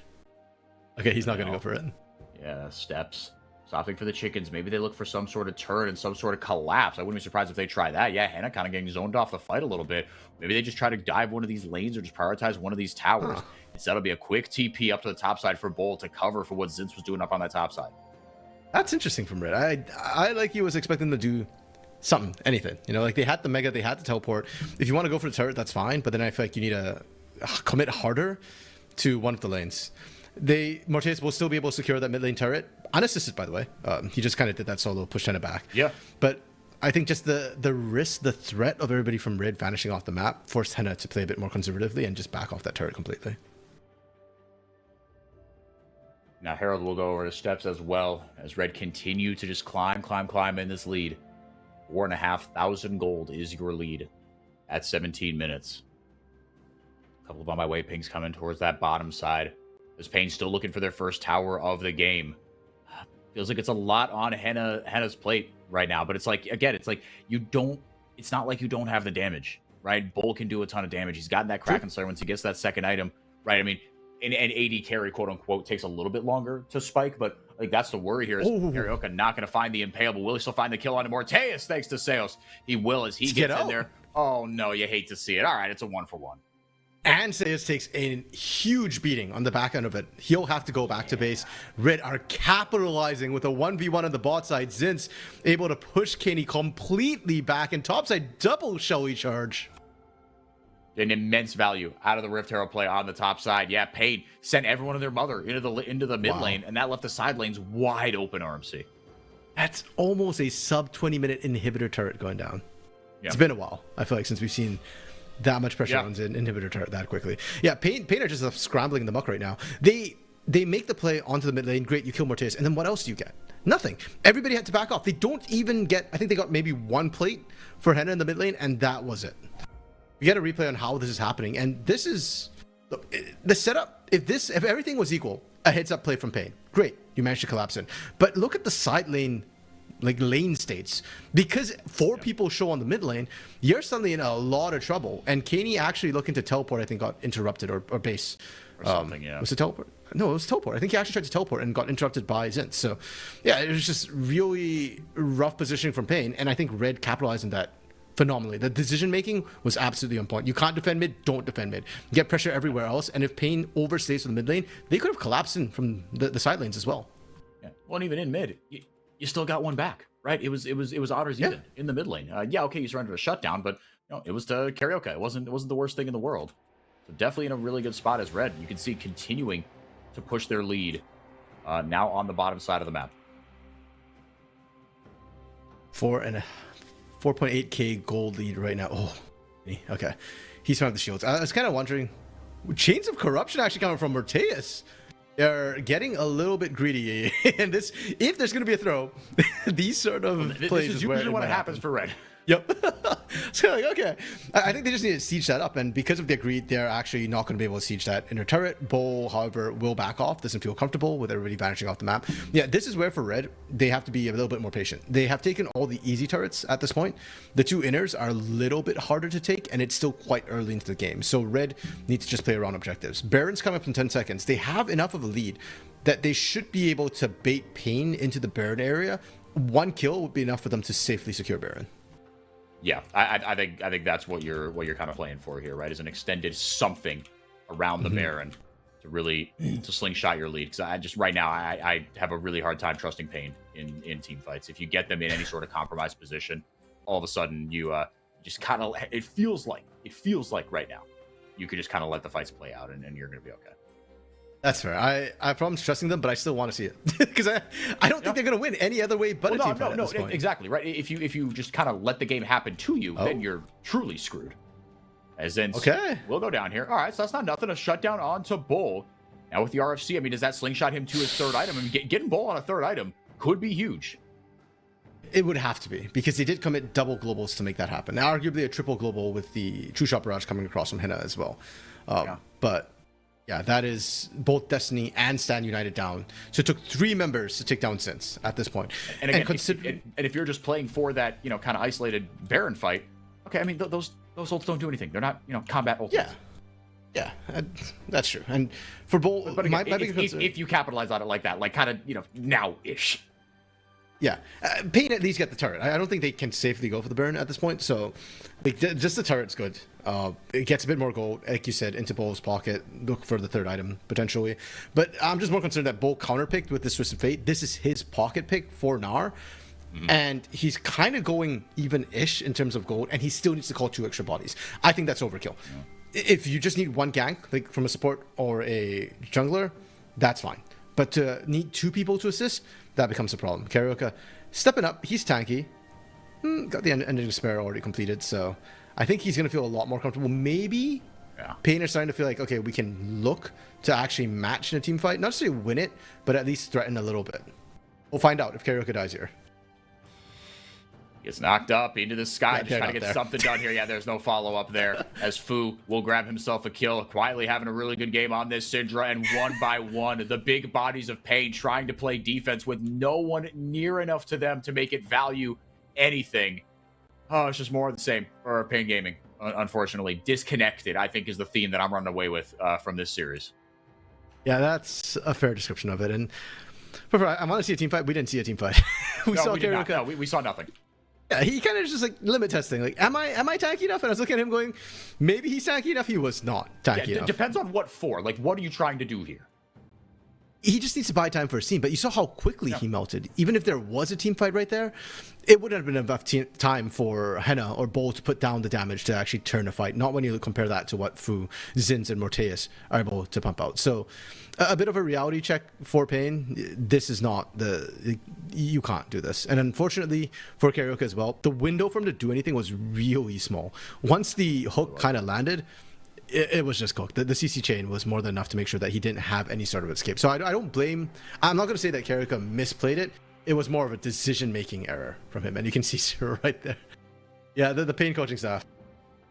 If you ever watch the behind the scenes with Pain, you know that Zero does the disappointed father thing very, very well. And very often. 100%, yes. Yeah, they are going to have words after this. And I can't imagine what the feel of the team is going to end up being like after this series.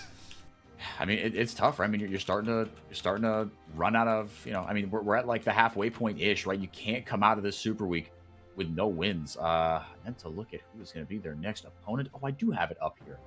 That's Los Grandes. All right, so maybe actually come out of this Super Week with no wins. Unfortunately, yes. Manel not going to find the hook, but the Scout of the Week does land here. Zint on the other side trying to collapse. If nothing else, get this tower down. Pain huddled under the tower, steps with the feint. Sales goes down, uses the Twilight's Refuge on himself. Steps goes forward. Once that runs out and he steps out of it. And Pain are just falling like dominoes. Man, Manel, man, if he hits that hook, it's probably curtains. But with the Baroned up supers, the Baroned up cannon minion pushing up one, super minions soon to be coming through both lanes, but it might not matter. Red Kid is looking like they're just going to end it right here. Steps gets onto Kaning, not able to get the full combo down, but the 2 Nexus turrets are down, and the rapidly spinning Nexus will eventually fall, as Pain can do nothing but watch their base crumble. 24-minute victory, comprehensive from... Man, why do y'all do this to me? I should have been on Pain's game last week, not this week. This is... Why does that Pain fan look so happy hugging her Rid fan friend over there? What do we even say to this sort of performance from Pain? You know what? Let's not talk about anything. Let's talk about Red. What can we say about Red's performance? I liked it. I think Red are coming back a little bit. Yeah, they're still having, the same issue in the mid game where they do get a little bit hyphy. And over aggressive, and I'm going to attribute that to the youth on this team. We talked about the fact that they don't have an established shot caller anymore, right? Like they have to try and figure everything out with Frosty leaving. The experience on this team is quite a bit younger, but their hands are really, really good, and we got to see that in this game where they really got to showcase that. Manel, especially, I think really nice for him is that he had a rough debut last week because he had to play against Los Grandes of all teams last week. Yeah, but this week, and because of that, some of his stats were pretty bad. I think he had like the highest average deaths because what do you do? Your first time on the big stage and you're up against Los Grandes, the best team in the league. You know, they had the third lowest KDA. Yeah, this week that's going to correct his stats a lot more, and I think this is more what we can expect from Manel. A lot of willingness to engage, willingness to throw his body in there. Are there mistakes? Yes, but I'm liking the fact that he can coordinate with his team really well. Yeah, like I think that was a good takeaway. Like you said, it didn't look like he was separate or lost or struggling or anything. It looked like he kind of he was doing the right things. Right, again, a couple of moments in, especially game one, where they get a little too big for their britches, but that wasn't just Manel. That was everybody kind of involved with that. But look, you've got a good environment that you can grow in theory here, right? With some talented players, a very experienced, and now, I mean, ordering on veteran status. Bottom laner for Morteus, it feels like he has so much more experience under his belt than he actually does. But it should be a good team that likes to play aggressive, and then while this meta holds of a row of roaming supports, Manel is going to have more agency in his hands. We'll see how he fares more in the 2v2 when that comes back into the fold, but look, so far so good. And now we'll pivot to Pain a little bit, RMC. It was a rough one. It was a rough one for the boys, unfortunately. But again, they showed some stuff in game one, but in game two, it was a series of bad decisions by Carioca and Seos. Just a couple of uncharacteristic "what are you doings?" and Red took them and ran with them. Yeah, and really, unfortunately, you can see there's just no X factor in this team, right? A lot of the other teams, when one person is just struggling, kind of puking all over themselves, somebody else in the team is stepping up and making it competitive, is doing a big deal. And Bo tried to do that, but I'm looking at like Kenny and Henna, and look, Henna did no wrong, but it's hard to say he did right either. Like he existed. He was. Yeah, it's like, was he put in a good position to succeed and all that? Like it's a bit of a chicken and egg thing, but suffice to say, it wasn't good enough. Yeah, and as for Kenny, man, I have so many words for Kenny, but none of it I can put on this broadcast. I'll vent in GL in Gringos Vibratos, and you can hear my take on Kenny right now. But I was upset with his performance, to say the least. Yeah, this Pain roster, they need to fix things. And unfortunately, it's not going to get better. As we said, they're facing up against those Grandes on Monday. So this week is going to be super rough, and they're absolutely getting spanked. So for Pain, unfortunately, with this loss in red, it feels like they've kind of dropped out the middle of the pack. Like, there was a moment where it's like, could they? And now it's like, comprehensively, they can't. Like, guys, they are not. Yeah, they're looking like 6th, 7th at best. Unfortunately, that is kind of where they stand. But yeah, hey, thankfully for Pain, there's always Leviathan to be a salve over the gaping wound that is 2026 for Pain game. With that, we're going to take it to a break. We'll get the next series on your screen for you. That will be... I didn't look because I'm not on it.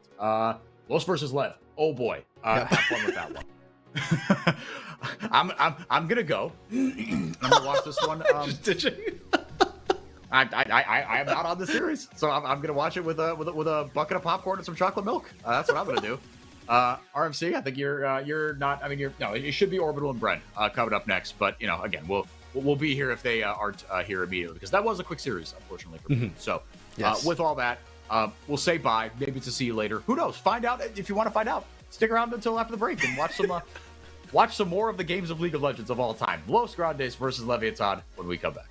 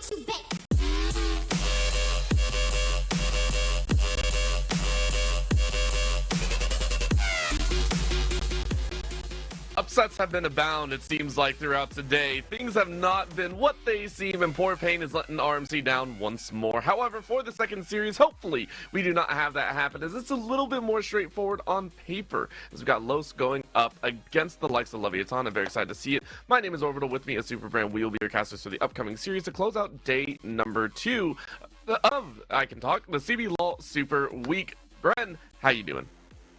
I'm doing great. You know, got in here at the last minute, by the skin of my teeth. Gonna sit down. Gonna cast some, like you said, hopefully straightforward League of Legends. But you know, weirder things have happened. Well, like I said, this is our presumptive top team in the league right now versus our presumptive bottom team in the league right now.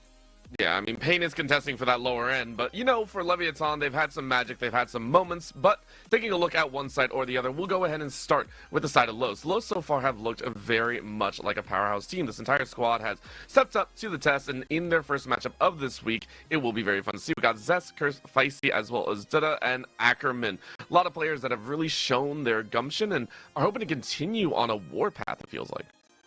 Yeah, I mean, across the board, every carry position seems like it just could be them on the day that like Los Grandes plays through. You know, Feisty and Dudu, especially, like their mid and bot both have such strong potential, but like Zest, you know, can play a supportive role and also can play, you know, more of like the star if he needs to. Curse has been very consistently doing well in the jungle, and Ackerman, I think, is the best support in the league right now for my money. So it's just a really tough lineup. Everyone across the whole roster is just playing at a really high level.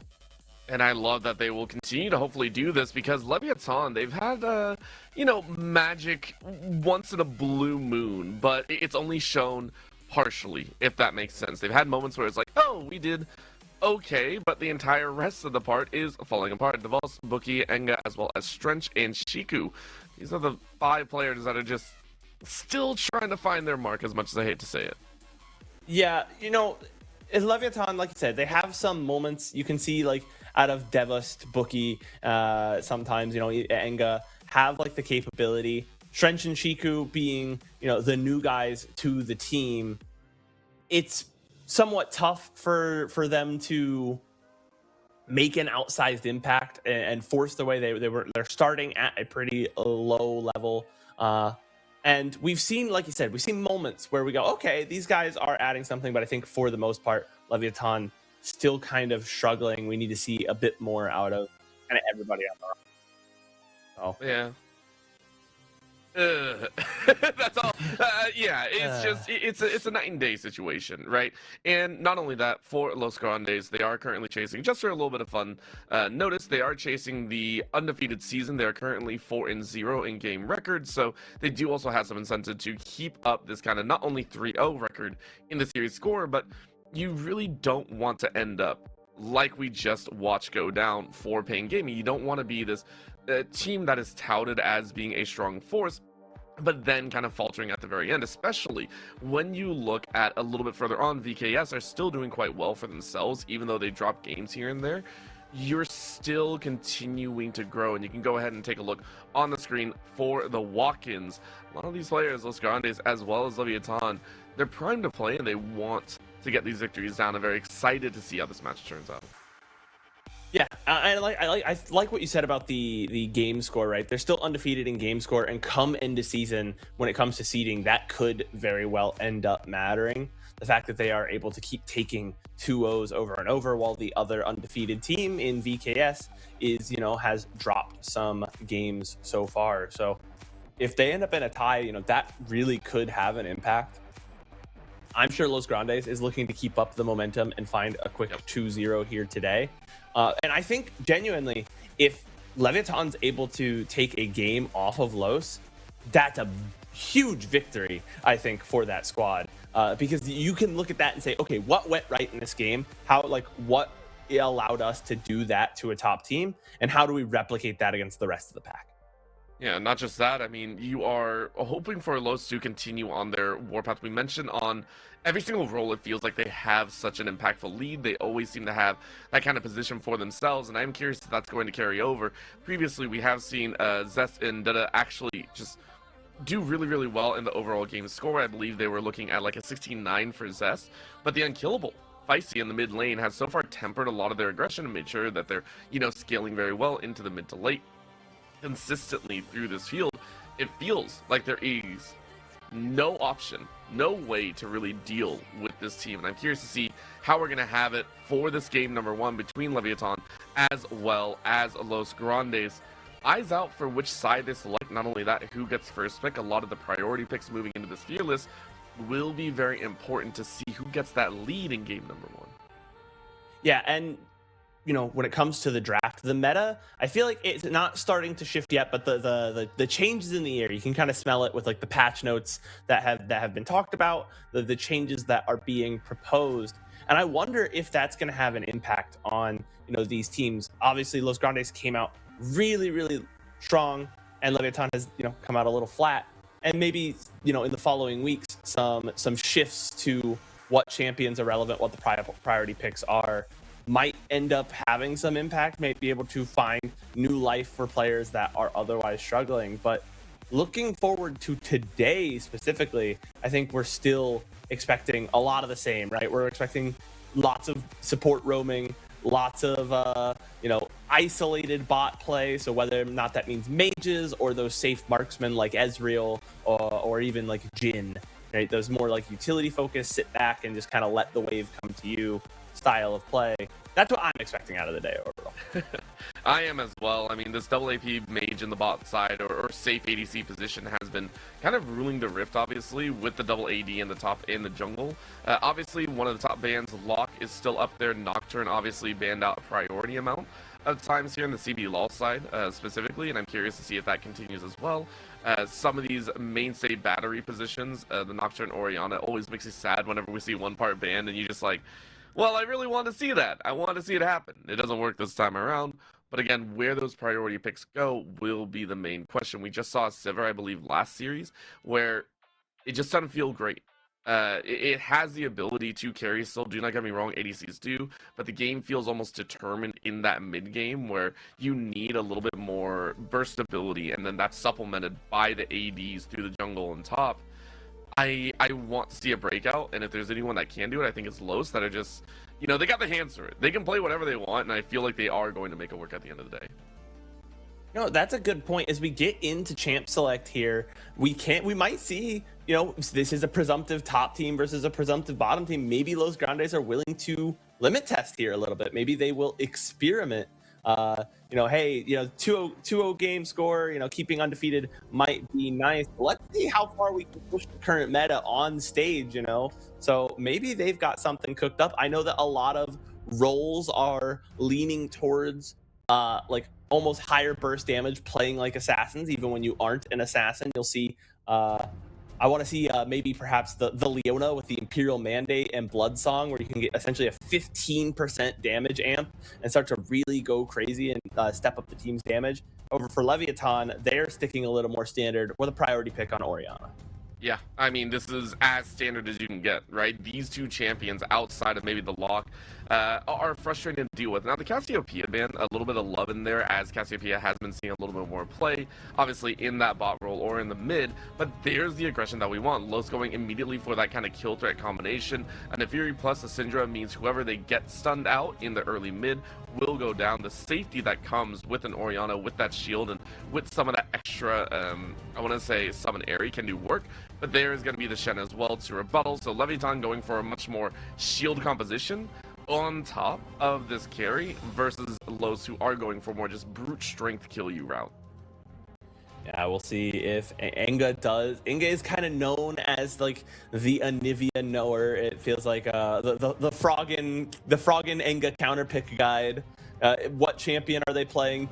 Counter pick Anivia, but no, it is instead Wukong, who I have been seeing some complaints about recently. I've seen the people not super excited about the Wukong, don't think he has enough impact. The ulti, however, is still always a huge tool for that team fight. As we talked about, the mid-game team fights are really where these games are being decided. Yeah, I know people have misgivings about it. In the right hands, it's still a brutal champion. And for Los, that's why we're seeing the Alistar. I love that pickup there. It, again, allows combinations to work, especially against a Shen and a Wukong directly. So that will be Ackerman really looking for the disengage or engage tools. Top side is where we're now focused. The Olaf as well as the Vayne. These two well-known as hyper carries can be very destructive in that mix. So don't want to let it through. I like it. The Silas finally to follow through. I hate it, again, whenever you have an Alistar or something with ult power like that, it's it rises in priority of what you want to ban away. Finally, it is the Gnar. Yeah, for sure. You definitely like you never want to be the guy that like leaves up Silas and then they take Unbreakable Will and they just destroy your team. I feel like it was Worlds 22 or Worlds 23 where the meta was essentially, okay, well, our team is gonna pick Maokai and then your team's gonna pick Silas and we'll see who has the better Maokai all. Yeah. And I feel I like hated that time. I hated that time. I'm not gonna lie. I really hated that time. we can leave it in the past. Is now Los Grandes have themselves technically a bit of a flex here. Both of those mages can play mid or bot. I have seen the Victor bot, and it is not entirely unprecedented. So we'll see what they want to do, and that leaves Leviathan guessing as to how they're going to counterpick it. And it is, in fact, the Ezreal. They'll just say, hey, we don't know who we're up against, but either way, Ezreal should be pretty safe. It's a safe v safe lane. That's what we've really seen, and this is the other side of the ADC. Right now, going straight hypercarry is always a little bit tough, but for the bot side, you are going for that extra route. With this pickup, though, we are looking at what I'm understanding is the Ezreal in the Shen in the bot lane, very comfortable in terms of, can we catch people out? Can we get the Shen ult down? It makes sense. On the flip, though, what are we matching with? If this is going to be a Varus top lane or a Victor top lane, that would be brutal against an opening Rumble from Devost. Yeah, I expect to see the Varus top here. He should be able to outduel the Rumble, either sit back and poke if he needs to, or just get in and, you know, he can stop Devost from running away. The extra move speed from his little shield is going to be pretty offset by the hail of arrows. So Zest going to be able to set up plays, especially with that ultimate. Chains of Corruption allows Nefiri to then follow up. So if they want to make plays early before the Rumble really comes online, Rumble normally a lane bully, but they might be looking to bully him right back. I kind of like it. You know, if we can't have marksman in the bot lane, we gotta have marksman somewhere. And I suppose, you know, the top lane is the logical next step. Yep. Hey, listen, it could be mid. I have always wanted to see if you run like an ADC in the mid lane instead and just be an annoyance at the end of the day, but you know, those are far and few between. Current moment, top side is where it resides. The Vayne also up there can be frustrating, but we'll see if it works. Of course, for the side of Los Grandes, they will be rocking out in the orange once more, looking for their 5th consecutive game win. On the far end, we are looking at Leviathan, who are trying to make their mark as well, as we get a pan across to all the audience members here for day number 2 of Super Week. Shout out to all the fans that are sticking around what feels like 4 days of amazing action. Yeah, Orbital, I think Lunar Day said this in chat as well. Are you calling for the return of like the 2024 Tristana mid meta? Oh, no. I'm calling for like Jhin mid. I'm calling for Caitlyn mid. I'm calling for that really weird ADC that you're just like, why is it still in the game mid? Give me pro play Samira meta. That's what I want. Oh my god, that would be so good. I want to see the best players in the world playing Samira. I feel like that would be so hype. I wanna play like Ashe mid and just be really annoying. I don't know how that would work at all, but just watching an ADC poke someone out would be hilarious. For the moment, though, we get absolutely none of that, as Zest says hello to the top side. And, of course, on top of award, poor Ackerman is like, I didn't get anything. Yeah, he's going to back. What investment, by the way. What? Is that 3? Oh, my God. Every ward actually utilized here in the early game. Yeah, like there's 5 wards north of the river now. Yeah, which I was just like, oh my lord. But it does make sense, Orbital. We are dealing with, I mean, look at where our supports are. They're both in the mid lane. The support roaming meta, especially at the pro level when these players can communicate, you get so much more value. You know, in your solo queue games, you might be seeing people, you know, the supports roam more often, but generally you're more than likely duoed if you're playing duo queue with the bot laner. So being able to communicate with the person you're duoed with and make plays off of that usually ends up working out better. But because these pros, you know, they're all in the same call, they can all hear each other.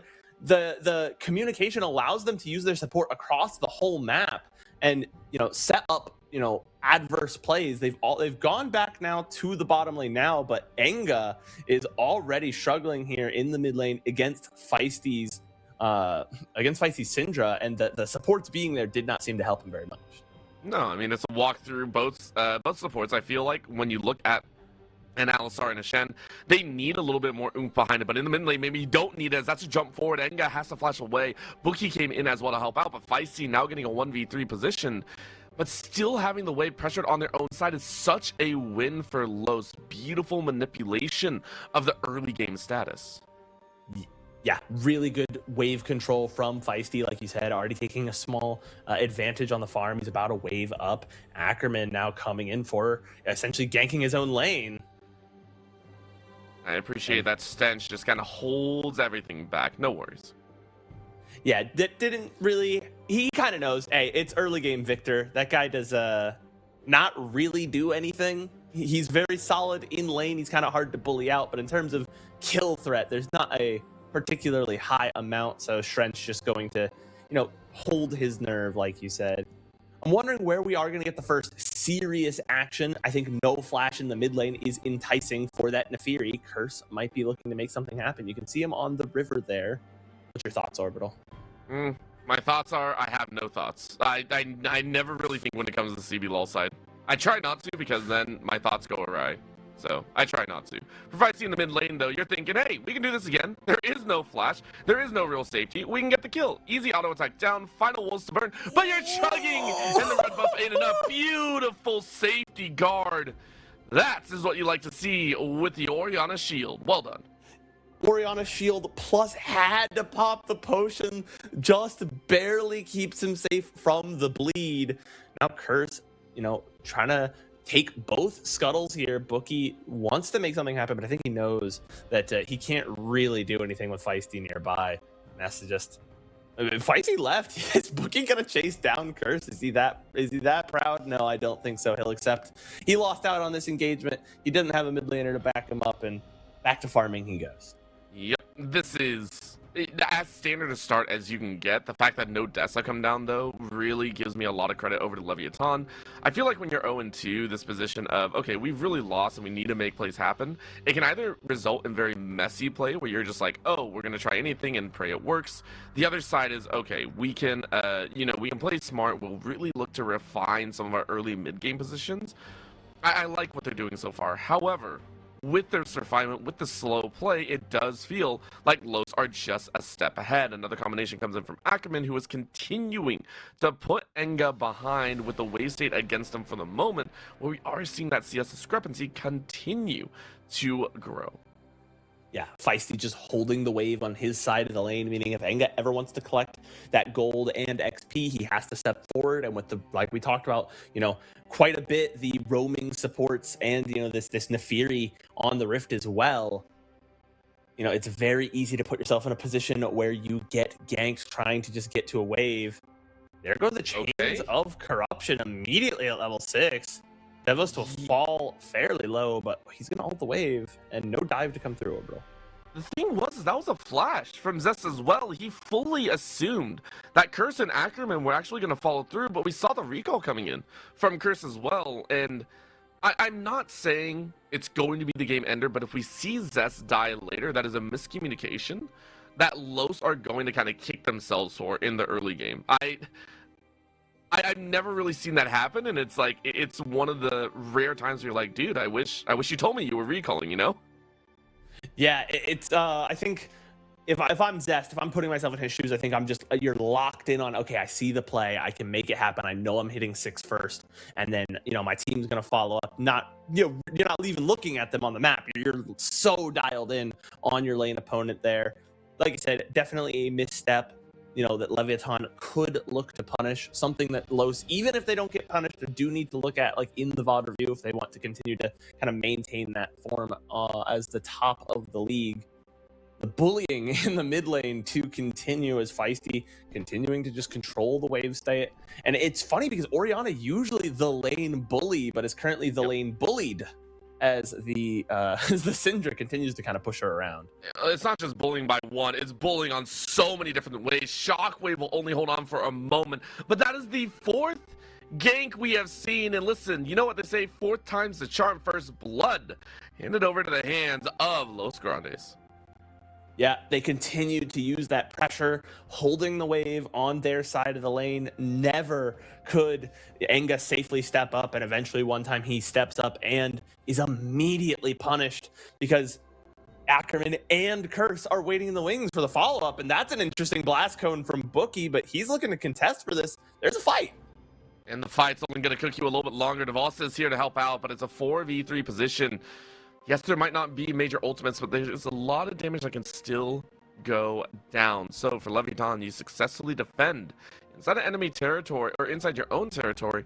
You don't really get anything in return. You're still 1.7 down. Still down quite a bit of gold for this stage of the game. Only 7 minutes in. Shiku up now in the top side. You know, Zest still without a flash. They could try and find something with the wave pushing in. Doesn't really seem likely. Leviathan need to find a position to fight over on the map. You know, you do have the grubs coming up soon. It could be a spot where you look to find a pick. You know, the bot laners are isolated and there's still a few minutes before Dragon. Perhaps you can catch someone overextending there, but they need to find something to do. I think that's the problem for me. Leviathan just look like they're kind of drifting in the wind. Yep, it's just wherever the winds take you at this point. Hey, you know, you rock this way, cool. You rock that way, great. There ain't no difference in between. Strench, though. You can see in a lot of the cameras, Leviathan very focused right now, saying, hey, we might be down a little bit. It ain't the worst part to be in, especially with Dragon coming up in 2 minutes again. Leviathan were able to get Dragon number 1. It's okay, a lot of the offensive, so you're guessing a lot of defensive Dragon Soul options here. For Dutta, though, stepping up just to try and bully Strench and Shiku out once more. Love this guard by the Victor.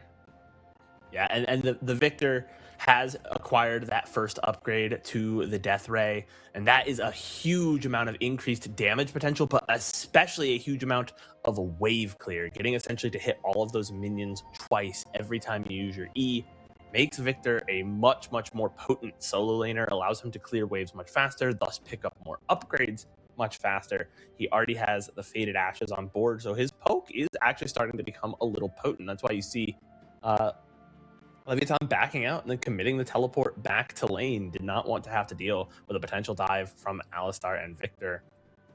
That opens up the grubs for Los Grandes, but Devist and Bookie are here. Yeah, and you know Curse was on top of a pink ward as well, so Curse was definitely assuming that they had enough time, but good collapse by Leviathan, said, you don't get our ward, we take all 3 grubs. Handed on over to Leviathan's side for pretty much nothing. You'll take that all day long. Yeah, Curse tried to be sneaky, and Leviathan finally I talked about finding something to do. They found something to do. They stole the grubs away. So they have at least something to play around, a play to come through. And that's the Cyclone coming in to knock your head as Ackerman is knocked around like a pinball. And we'll go down inside that gutter. Feels a little bit bad. Kill in the mid. Yeah, that equals out the kill score. We talked about, the value that Wukong can bring. So much of it locked up in that ultimate as a playmaking tool prevents Ackerman from getting away. Ackerman did not have the level 6 to try and tank through to let his team arrive. So Leviathan equal out the kill score a bit, get some of that gold back. And in the top lane, Devas dodges out on Zest's ultimate. The Chains of Corruption will go wide. They're trading back and forth. Devas still falls pretty low. All things considered, a pretty even trade. Devas losing out on the HP there.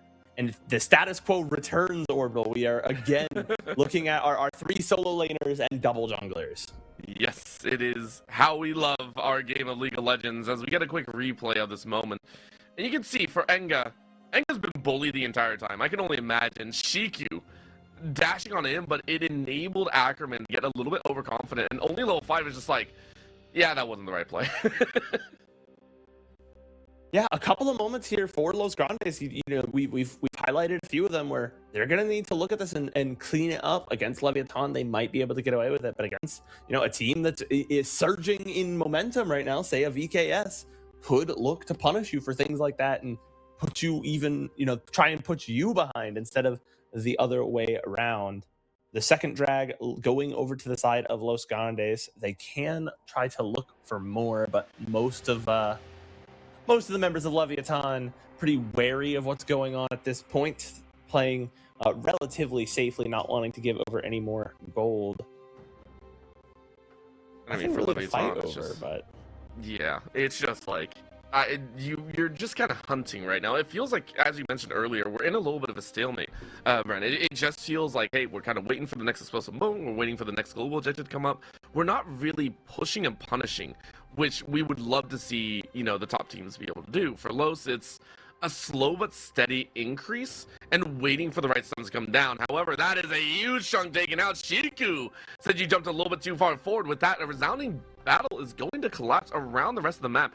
Ackerman chasing up on the top side, but that's going to be Sin United keeping Devos alive as well. Shiku ready for the fight. What a knockback here on the far end, as the split battle will lead to a 1-4-2 total over to Leviathan. yeah, the piercing arrow almost caught Devas, barely lives, like you called out, from the stand United, provided him just enough shielding to get him through that fight, and uses the equalizer to bring in the slow, allowing Shiku to catch up. We're going to get a kind of a replay. Where I'm most interested is how this started. Ackerman comes forward, and Curse does as well, but Curse, you gotta be careful. You're not nearly as tanky as Ackerman is, and does get caught out by the double CC. This fight gets split here. Feisty is going to end up picking up one on the right side of your screen, but look how close this gets for Devas. Like, double-digit health bar there after that arrow. And immediately back into a fight as Curse getting rather aggressive solo in the jungle. Yeah, I mean, you died a few times already, and you're not really, like, super strong. You got one kill under your belt, but at this rate, it's more the fact that you're up about 2 camps on the opponent, and you're just trying to starve out Buki. You can see it here. Buki is walking away, having to give over this Gromp, but it's not a great feeling. Instead, we're watching punches from Leviathan try and field a different way. But the other reason you're doing that for Curse on the top side is actively saying, okay, we want to give a little bit more space for Zest to continue scaling on up. So I love the adjustments being made by Los, recognizing that we played this R5 Varus. We needed to actually be strong. Even if it's not getting multi-kills, even if it's down 1 death, you gotta give it some space. You really gotta enable it to carry on. Yeah, and the extra space has still found value down to death. You know, the assist going over to Devast, but despite that gold discrepancy there, the nearly 30 farm that Zest is up is allowing him to maintain a fairly strong position. You know, I'm fairly certain if those two get into a duel, Zest is really favored at this stage of the game, and he's only going to get stronger. He went for the Hex Plate, which is a very fun build for Varus Top, allows him to function solo if he needs to, drop the ult, immediately follow up with whatever ability to proc your blight stacks, and then drop 3 more blight stacks. In the bottom, though, we're getting a bit of a skirmish. Ackerman and Curse backing away slowly. For Ackerman, who has had some shining moments, by the way, so far. Nice head, but pulverizing and all that. Fairly quiet at 0-1 and 2, but is roaming out properly as Dutta is ready to fight inside of that mid lane. Strench laser down to an Oblivion, but it's ticking away as Dutta forces out the ADC. Yeah, forces out Strench, gets some time alone in the mid lane, going to use that to pick up even more farm. Does have the Blackfire Torch, and you can see opted for that Dark Seal. Figures, hey, you know, I'm pretty tough to engage on. I'm not really the priority target right now. They shouldn't be coming after me, so I should live through most fights. If I pick up an assist or even a kill, this is worth it. Scout of the Week goes the wrong way as well, so Buki as well as Engen Shiku able to make some magic happen. However, you are giving up a little bit of space on the rest of the map. We just saw the topside tower go down. Jetta now coming back in as the Sin United keeps Strench alive. Strench getting some revenge here. One last auto could do it. One last special shot could as well, but Curse is now roaming down to the bot side. Revenge everywhere as the TP brings on in the top lane. The Rumble joining on in the battle. Will Devos be able to burn anyone down, but Ackerman makes sure no residual damage will follow. Massive exchanges all over the place as Shiku comes in for the taunts. Unfortunately, it's a port Shen instead of topside, but still, bluster and fight in Leviathan. Yeah, and the fight from Leviathan is bringing it back. They've brought the gold lead down to only 700, which is this stage of the game isn't really all that much to write home about. It's a couple components on one member of your team. Good for Leviathan. They did not give up despite being down early. They needed something to fight for, and when they finally found it, when they finally found their angle, they did not hesitate to take it. That's kept this game close. Up now on the kill score, 4-2, and they're looking for Shelly. Okay, Leviathan finding some tempo in this game, and they're gonna make use of it. One question is, remember, you're giving over a little bit of a gold lead position over to Los, but Los now sitting with maybe only a 1.5 instead. Remember, they were up 2K at one point, and those kills have kind of left the other side. So I love, like you said, Leviathan getting some pressure in. What will they do with it, though? With the rotations, it's throwing these lane assignments a little bit out of whack, so they do have to be careful that, hey, we don't get caught out on the end. Mid tower is about to fall as well. Los sitting on one plate to take at the end. Buki now getting stunned up and a possible laser out to slow you down. Yeah, that's Curse diving on in. Buki doesn't have flash, and because of that, it's a straight assassination from Dada in that mid fashion. The APC going into the mid, and now the jungle. Great kill. Yeah, and that'll pick up the first 2 stacks on his Dark Seal. He's going to start to become a real problem. Those, death rays are going to really hurt. He can pick up quite a bit of poke, like you said, but even in the middle of a team fight, the Arcane Storm is really, really tough to deal with. And once he picks up that final upgrade and it continues to exponentially grow, it is such a fight ender. It is this kind of, win condition trump card. Leviathan has to keep in mind.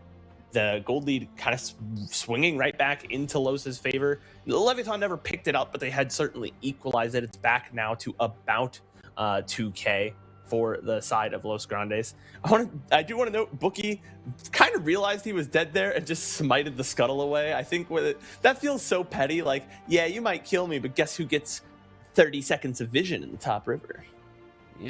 30 seconds, that's perfect. This is enough. All I need is 15. I don't know what you're talking about. Great take number 1, though. As we mentioned, a lot of space opening up here.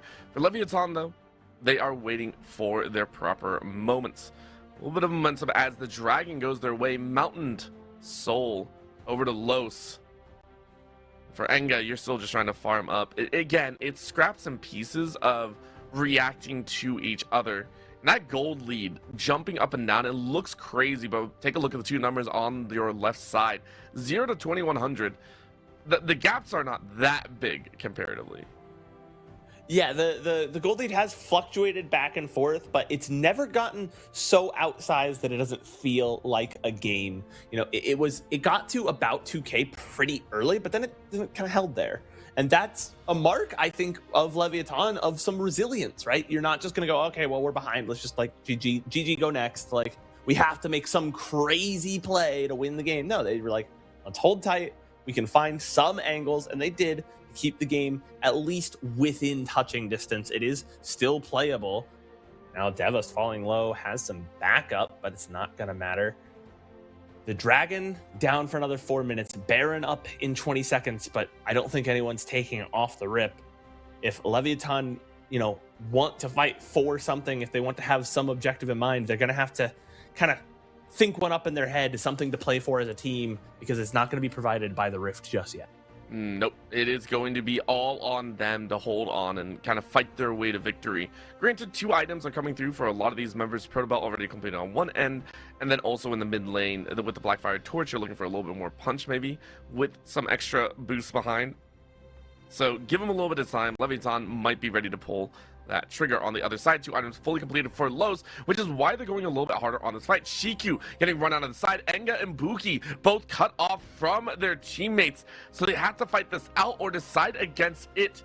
Enga will drop the Rift Herald and sacrifice poor Buki in that drive, but maybe they can turn it around here. The Herald might have done it, and they do. They neutralize. Oh, poor Dada, and now they'll kill yet another. Ackerman goes down.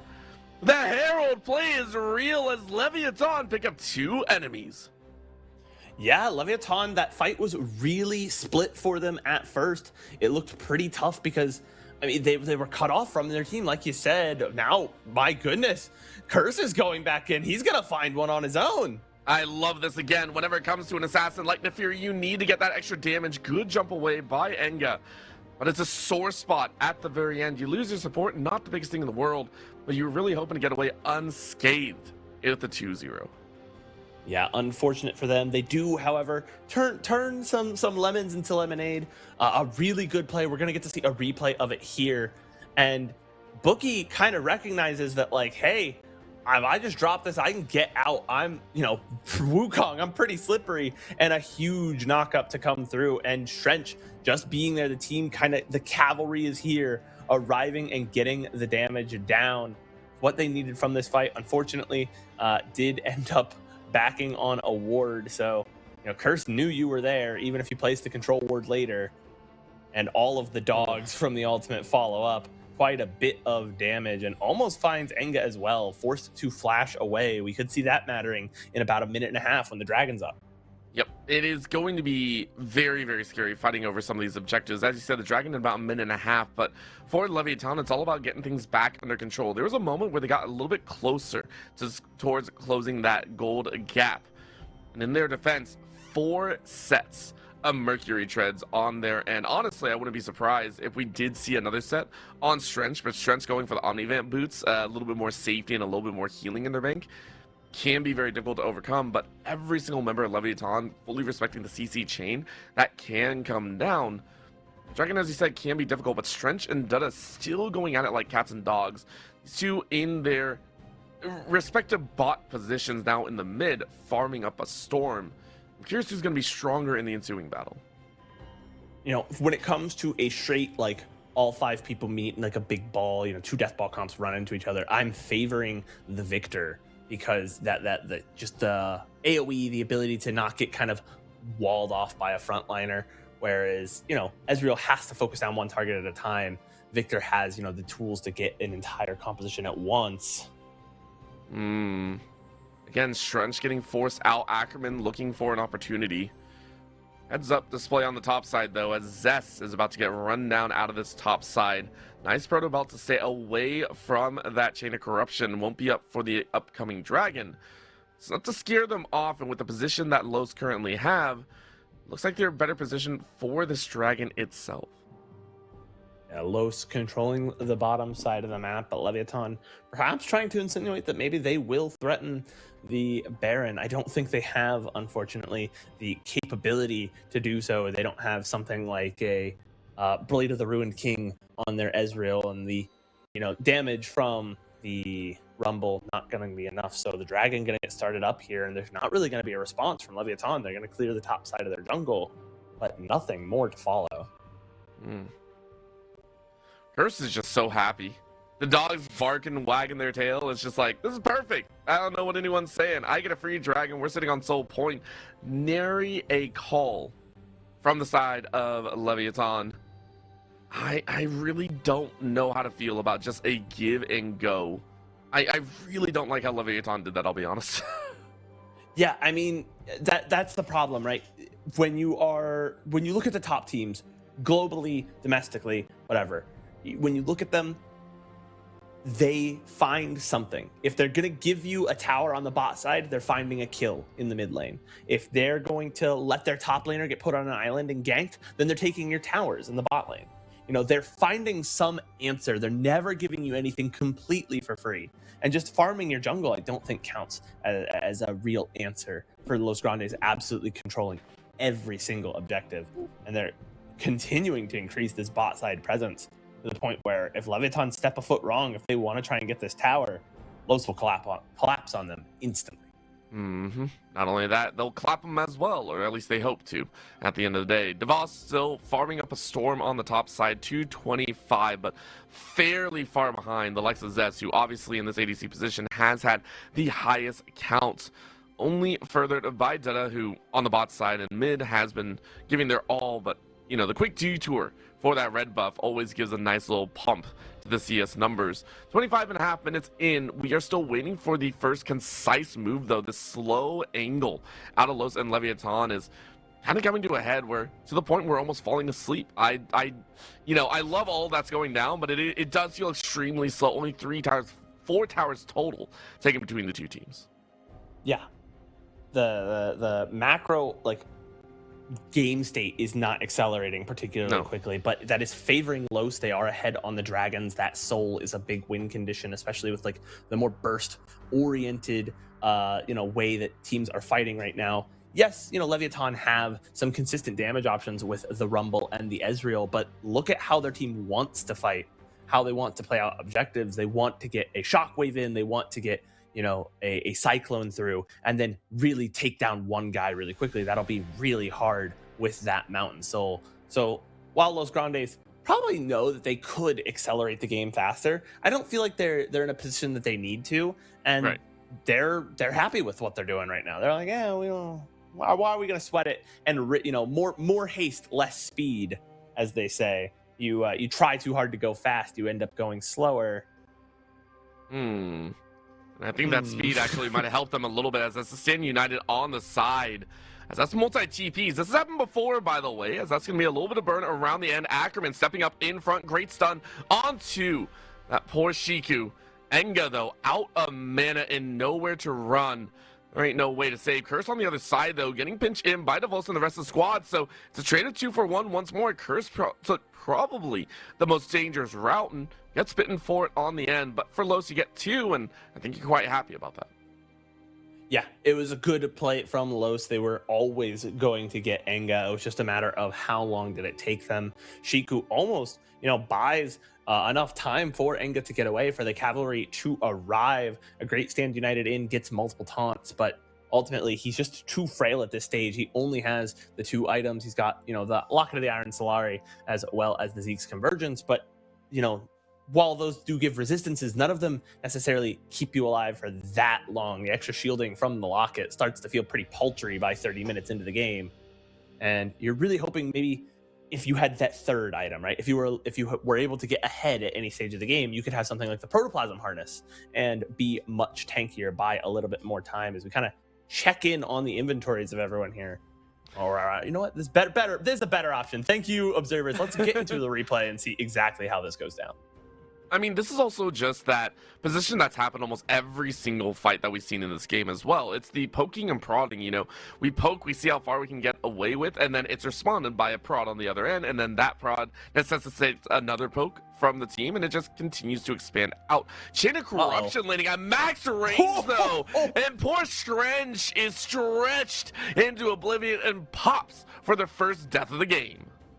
Yeah, his first death, and it was a quick one. At least it was probably painless. The arrow pierced right through him, and there was no more Trench left behind after that. A huge amount of burst damage, and something that Los Grandes is able to do by denying all of these Mountain Drakes makes their very burst, very pick-oriented comp considerably stronger. They're going to go ahead and turn their attention to the Baron and continue this slow kind of death march. It's not been a clean game from Los Grandes so far by any stretch of the imagination, but it has been, mostly in their favor.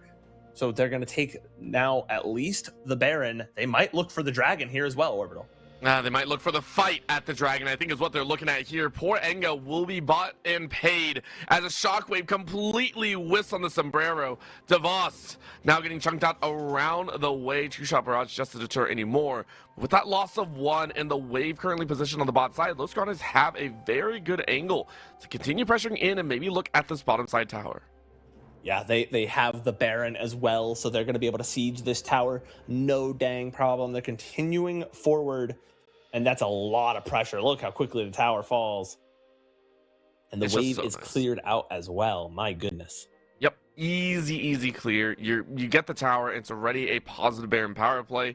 Then you get a look on the top side, which we mentioned the pace at which we've seen this game kind of progress. It's been very slow. It's been methodical. And you mentioned for Los, you don't need to go ahead and worry too much. However, for Leviathan, being given this breath and now watching the pace accelerate, you are starting to get further worried. The gold lead is now 4.4. You can kind of see that in the item bank as well. It is going to be tough in the next few minutes. Yeah, there's not going to be much for Leviathan to find. They're going to have to try and weather this siege, right? We've talked about them needing to figure out something to fight for, something to do on the map, and not just sit and let Los kind of go wherever they want. But at this stage, you do have to just kind of sit back, let Los Grandes do what they will, respond to the play as best you can, because if you try and step forward, you're going to lose so much of your base for it. They need to play reactively, they need to play defensively, and it's going to cost them a lot here. And you can see here, quick inhib take. This is as fast as can possibly be right now. Leviathan watching their base fall to shambles without nary a call. There is a point where they will have to say, hey, we're behind. We recognize it. We got to do something about it, right? We have the CC chain. We got the ability to pull off a wombo. Maybe the combo comes a little bit later, but you need to. Another wave crashing into this top side. I mean, when do you pull that trigger? And it does have to be soon. Maybe it's now. The cyclone comes through. That was a not gorgeous. much more to find. It was a gorgeous scout of the week, by the way. We saw the shockwave. If it had landed, if Wukong wasn't pushed away, that would have been huge. That would have been that finish. Shiku now getting danced on as well.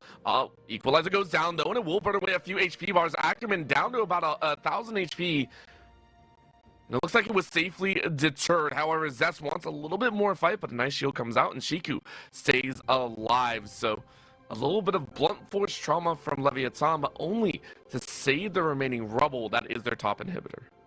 Yeah, they're able to keep the top inhibitor safe, and they do have some time to respond now. Everyone on Los Grandes has backed away. They have a couple of minutes before the next major objective, which will be that Dragon Soul in the bottom river.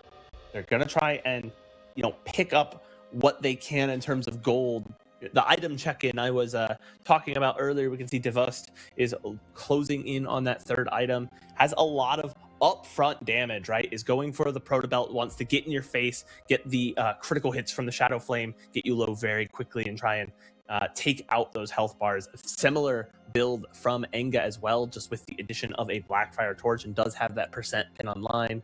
But on the other side, look at the carries for Los Grandes. You have the 4-item Varus full on hit with the extra attack speed. Anytime he ultimates, he's going to be a real demon in a team fight. And look at Duda as well, has that that stacking item stacked up. He's got 5. Oh boy, this is gonna be it, I think, Orbital. I mean, they're definitely going to try. Equalizer goes out to slow them down, but Curse with a nice little jump on in takes some of the damage away. Buki has to go back to safety, but the top side inhibitor will go down as well. Now, no Baron power play or anything of the sort. It is just a raw push. Bot side will not push for them. Just why we see a little bit of a recall. It looks like Duda is taking a moment to step away. Rest of the team is looking to tank on through to get this bot side tower instead. And there's that jump on in. The Magi Soul Seal, only 5 pages, but it can do a lot of work. Zanya is now completed as well as the fight brings on in. You can see that Leviathan are trying to bring the damage, but they bring literally nothing. Feisty was forced out of the fight early. The Curse is still alive. A quick, untouchable moment. And Curse continues to shift in front of the opponent. However, with the low HP bars, I do not know if they wish to continue. Good healing coming out of Leviathan. They have lost their jungle and support. So it's all down to the carries. Will the carries be able to pull it off? SuperBren, I don't know if they can. Nice double knockup coming in from Ackerman. Makes it a possibility. Flash forward by Zest. And the rest of the team falls like dominoes. Los Grandes, after a very slow but methodical game, they will go 1-0 in this series. Yeah, they end up 11k up by the end. Slowly, like you said, methodically just kind of chewing through that base. Never felt the need to rush it. Always kind of knew, even with the, there were some negative value plays in there, they were still vastly ahead, vastly the superior team. And they kind of just never panicked. That's the takeaway for me, is that Los Grandes, even when they made poor plays, they never felt like they panicked. And the composition showed off what makes their team, strong super well, with the, essentially 3-headed monster. Okay, you dealt with the upfront burst damage from our Syndra, but are you going to be able to deal with the exceptionally strong DPS from our, on-hit Varus? Okay, well, you are able to isolate out the Varus or stay away from him, but we're going to burst you down with our jungler and our mid laner, and then you have a bot laner that can just control space, is very difficult to get onto. They kind of felt by the end of that game somewhat unassailable, that Leviathan needed to pull the trigger. Like you said, we're losing, we have to do something, but by the time they pulled the trigger, everyone on Los Grandes had bought a bulletproof vest. Yeah, and the bulletproof vest was probably the most modern one as well. It was very, very difficult to chew through. The only complaint, again, is I feel like they took it so slow and they could have ended far earlier. And for the top teams, I always say that the refinement is what we need to see. Now, Los obviously 5-0 in game score so far. Very, very comfortable. I want to see them played a little bit faster. With that in mind, though, game number 2 is on the horizon, and I want to ask you, SuperBren, what do we want to see out of Leviathan? Because we've seen moments of magic. We've seen them come away with some magical moments, but not perfect moments. Yes, we haven't seen. What I want out of Leviathan is I want a well-structured team fight, because they had some won fights, but they weren't fights that they set up. They were kind of reactionary plays where we were able to respond in a way that maybe Los Grandes wasn't expecting and able to take a victory off of that. I want to see Leviathan set up a play, execute it, and then walk away, right? Whether or not that play is magically successful or wins them the game, besides the point. I want to see that they can sit down, come into it with a game plan, execute that game plan to the best of their ability, and play like comprehensive as a team 5-man League of Legends. All right, well, let's see if Leviathan can do it. A squad that is obviously sitting at the bottom of the tables, but hey, there might be some magical moments. We'll see what they can pull off here as Los Grandes look to take the series 2-0 and move on into the rest of the Super Week untouched. We'll be right back with some more CBLOL English action in just a bit.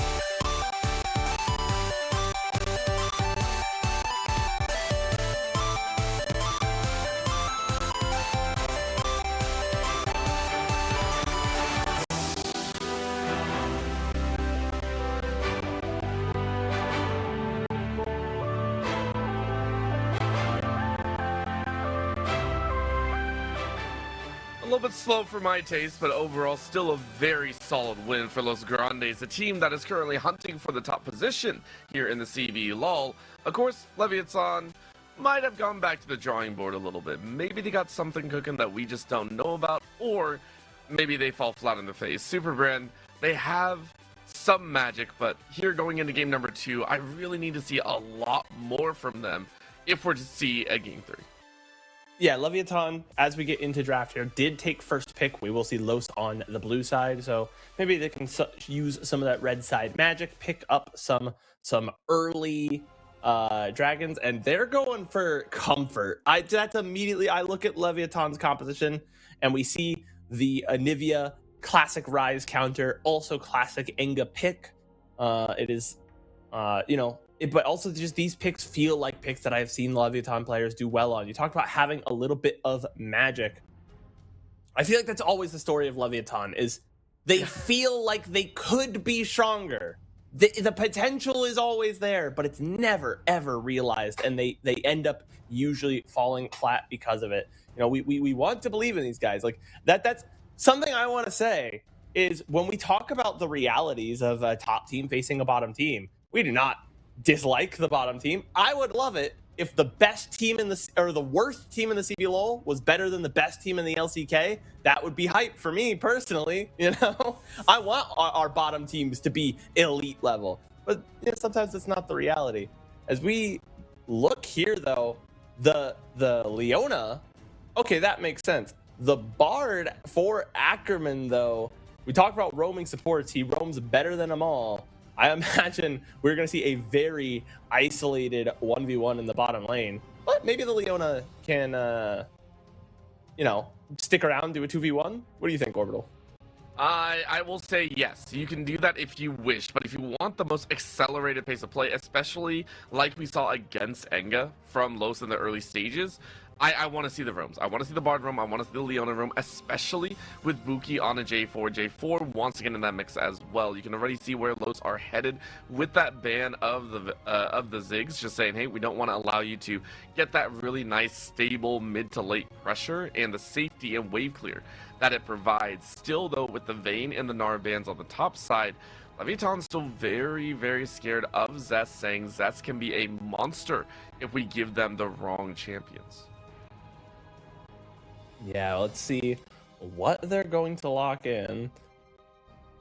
As we have the Renekton for Los Grandes going into the top side, a good, all-around early game top laner, very tough to answer, does fall off a little later, but if it gets to later, Rise is the guy we're looking at for Los Grandes, so I think they're fine investing into the early game with everyone else, because you get into that late game, it's pretty hard to have anyone that matches the Rise. We will see a Quirky, I presume, in the ADC position, but I suppose it's not impossible to go elsewhere. Yeah, it could. I mean, you could swap out Buki and Strench. You could also put Buki into the top side, but no, or not Buki into the top side, the Anivia into the top side. We've seen some dumb stuff before and some silly work, but of course in this position, it makes sense. ADC Corki coming on out with the Cassante in the top side for Devost. Against the Renekton, this Renekton is not going to be happy about the current matchup. Final pickup, though, a hover of the Nico, which obviously ain't going to be coming through. Ackerman hovering over the Caitlyn, and it will be picked up for Dada in the bot side, playing with that range matchup. Yeah, they hovered it earlier, and I think this works really well here for Los Grandes. If you're expecting, both supports to be roaming, which, looking at the supports that we have, we are. You had mentioned that. You think that's the best way to accelerate the game. I would have to agree. Then you have an outsized range advantage here.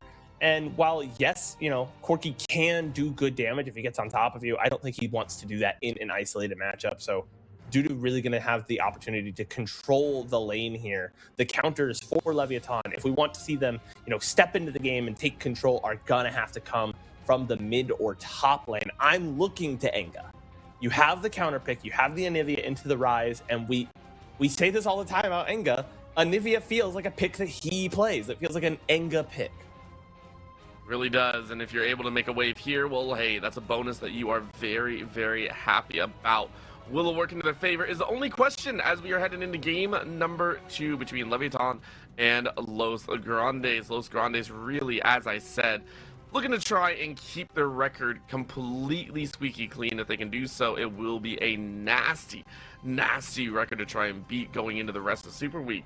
But for Leviathan, you just want to win on the board. That's all you're really hoping for. Get your Super Week off to a good start and surprise everyone, much like we saw in the earlier series today. Yeah, we'll have to see, you know, if, like you said, they can get a surprise. It's gonna be tough here. I'm trying to think in my head what the angles are, and I think it's all gonna come down to how much impact this Jonathan 4 has before he, you know, gets into that mid game before the team fights. We are paused on the intro screen. So I wonder if there is perhaps some sort of technical difficulty, one of the players maybe not connecting, and that might be why we have a pause. We will have to speculate on that one later. What I was trying to say is I want to see the impact from the J4 early orbital. I want to see him do stuff before the team fights get started. Yes, he can be an initiator for those fights, but he can also be a great ganker. Yeah, that's true. You can do quite a bit with the variety, and you can make moves around the map very, very comfortably. At the same time, it's all about the player themselves piloting it. You can see they're just stone cold, knowing that, hey, once the pause is done, we are able to get moving and get diving back in. It looks like it might have been just a very, very quick one. I do wonder if it was, hey, you know, is everything good? Maybe we just got to make sure, you know, the sound quality coming through is good. The referees, by the way, making sure to keep everyone in check. Looking forward, though, we are diving right back in. 30 seconds available. You can see the runes available in that same vein. Ackerman with that very, very nasty triple proc with the electrocute. But will it be utilized as much as you wish? Who knows? Yeah, has the ability to do some, you know, you talk about the advantage of the Bard being you can roam, accelerate the whole map. The electrocute plays into that because electrocute Bard is really only good in the very early stages of the game, but that's what you're looking to do with the way that the game is currently being played. Your supports are roaming very early, and so getting them out, forcing some good trades for the rest of the map is, you know, in Ackerman's future. Meanwhile, on the flip side, the Leona, very tanky with the runes, has, you know, the aftershock, of course, but also bringing things like Font of Life, making sure to keep the whole team as safe as can be. With the current kind of safety nets set up, we are going to be very comfortable here in the early start. Devos looking like a little bit of a rude dude, trying to get Zest off on the wrong foot. Of course, Zest still waiting for that level 2. In the mid lane, though, trades between the two. Enga going for a much more aggressive build, running the electrocute with the sorcery tree behind it is a spicy pickup because it leaves you a little bit more, I want to say, unguarded, especially against Feisty, who on this rise went for the sorcery and resolve tree, much more stable in terms of the HP and healing department.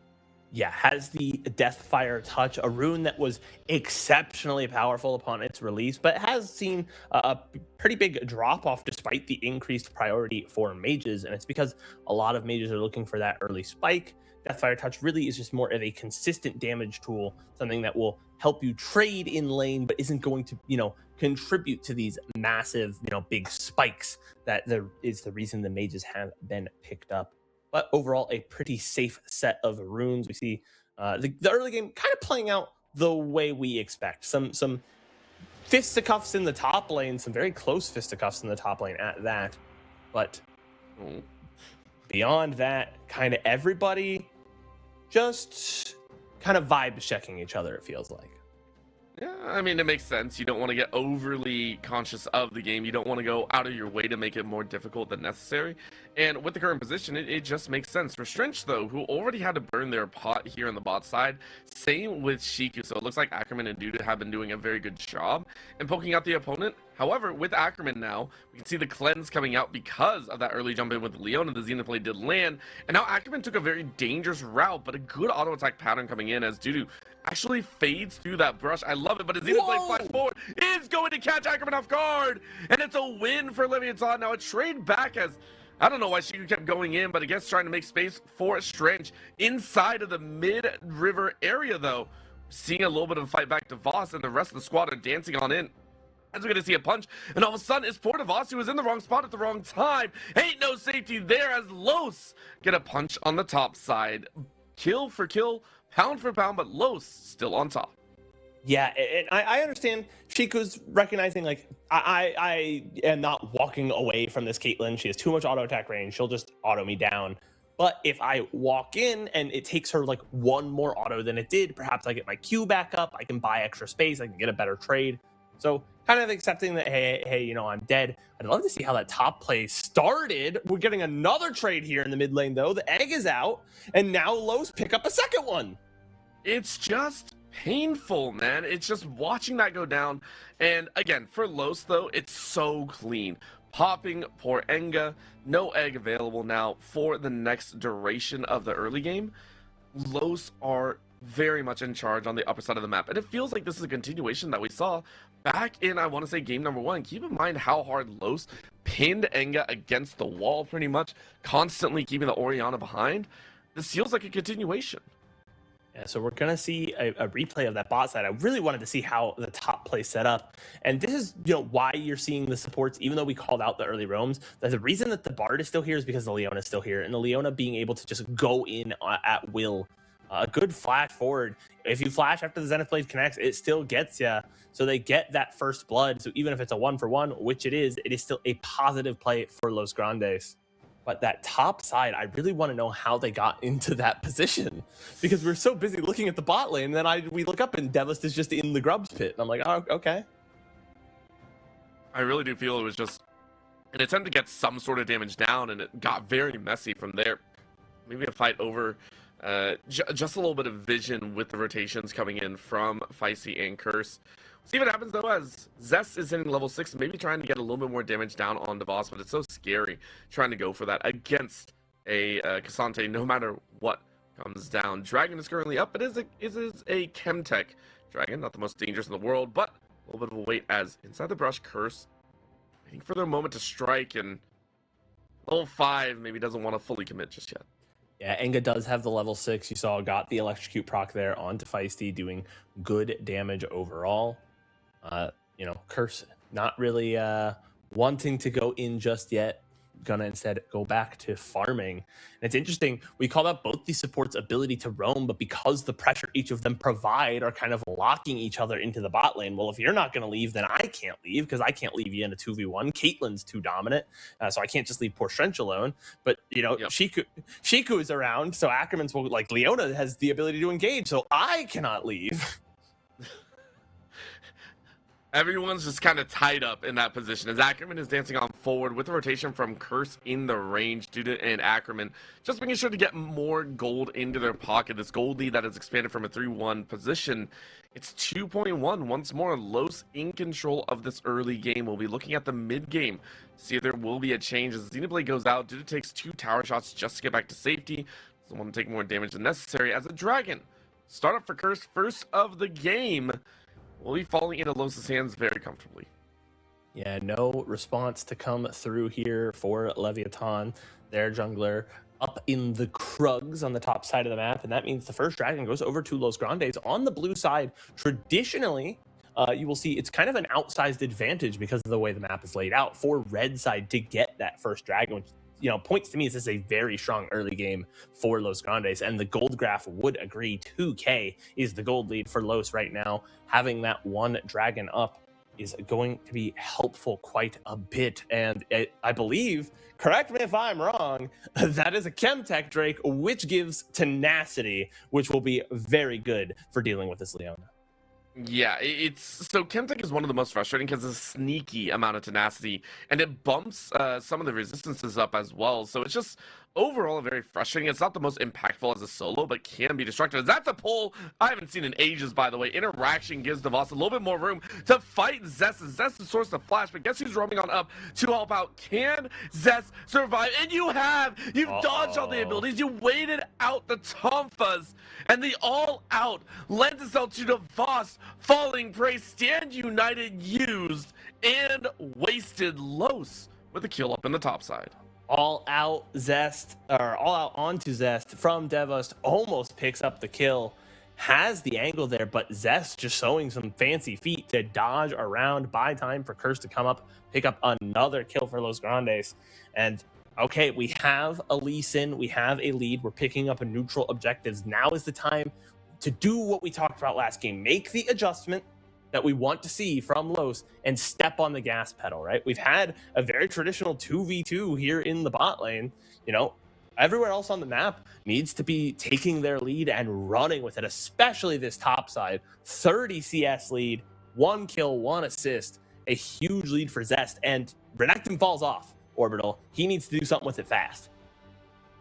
I feel like Zest and Curse are standing united against Devos right now. As you said, you need some help with the Renekton. It's very, very important for Curse, who, again, has floated towards the top side of the map more often than not. Is kind of shadowing on that end and keeping everyone on their toes.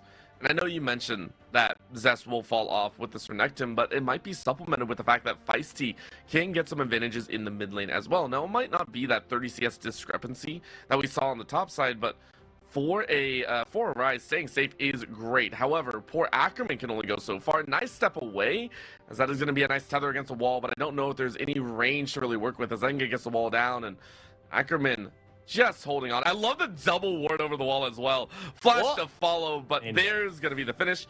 And Enga gets a kill for themselves. Another dominance play by Zest, though, but this one, again, I don't know if it's there. What a catch behind. Enga tries to flash underneath the tower, and the kick from the egg will come up just in time.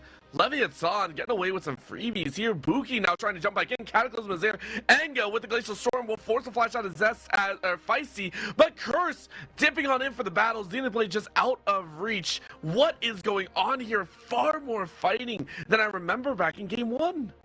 Yeah, the teams are actually not just, you know, fighting, but like scrapping. It's the level of fighting they're doing. It's this kind of gritty back and forth. They're not just like fencing, kind of taking their pokes and prods the way they were in game 1. This is pit fighting. They're really grappling with each other.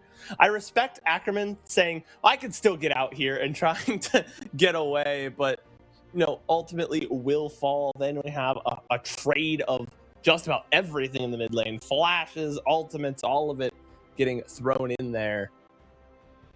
And here's the thing, most of it's gonna come back up before that dragon anyways. Something I think a lot of people take for granted is those ultimate timers aren't as long as you think they are. 80 seconds really isn't all that much in the early game. If the dragon's 2 minutes away, your ult will be back up for that dragon. True. You'll be very happy to be able to play with that ultimate and get some damage down, as we're going to see Enga chasing once more. A little bit of brutalization. Again, electrocute on that is great, but Shiku finding a very lost Ackerman here, who gets centered up, but turn around here is Judo's going to try and do the damage. Nice trap down. Are you kidding me? Flash out. Forcer and Strench, and now another little Yordle trap. Snap trap will be available. But rest of the team is here, running on by Curse. Currently sitting at level 8, waiting. Level 6 hit by Shiku, so Solar Flare could come down. You're going to throw it, but it completely whiffs. Los bait out everything and take the kill as well. Going to continue behind. Is he going to land here? Sonic Wave not around, and the wave being pressured up. Ace in the hole, landing on 1. This is the collapse that could give Los an extended lead as they try and chase Cataclysm out. What a wait by Curse. Peacekeeper will only bait it out so long, and poor Curse will sacrifice their life. Enga has nowhere to run. Last Autos will take their life. Los collapse and decimate 3 of Leviathan. Yeah, you said we want to see Los Grandes accelerate the game. They're finding the plays. They have accelerated the game. The gold lead has doubled since last we checked in on it. Nearly up to 5K now. 4.7 thousand gold is the total gold lead. And this all started with, I want to say, what seems like a really inconspicuous play. For me, what allowed Los Grandes to go forward there was Shiku uses the Zenith Blade. Without it, no way to force and engage. You need to hold it as like a threatening tool. Can he use it now to get Feisty? We aren't even looking at that in the top. I mean, Zest has done some work. I will give him credit for. Stays alive for the moment. Dominus is ready burned and did his here on the rotation. Ackerman forcing out Buki as well, so Devos can't stick around. Curse ready to jump on over. Buki flagging, dragging out, but the rotations are still in favor. And SuperBren, Los are starting to accelerate this game a bit. I don't want to see them wane in the mid game though, but they are doing quite well for themselves. Second tower on the top side looking to be burned. They picked a comp that's really dominant early, and they're making use of it. I want to, agree with something you said. Zest putting in a lot of work. It might not be the flashy work, the rest of the team picking up, 7 kills between the 4 of them, but with only 1 kill and 1 assist, Zest rather has the highest gold lead of any, positional lead in the game. 2.1k over Devos. Devos able to do effectively Jack and Squat in the laning phase. Very kind words you chose, SuperBren. Very, very kind words. CQ had to flash away. It's true, though. Zest has been putting in a dominant amount of work and opted for the Black Cleaver early, the armor not helping Devos nearly as much as he might like. And that's going to, it's a good supportive item as well, lowering the armor for the rest of his team as we get into these fights here in the mid game. The fights are for fight's sake, as that's another catch. Over the edge you go, though. Reading Enga like a book.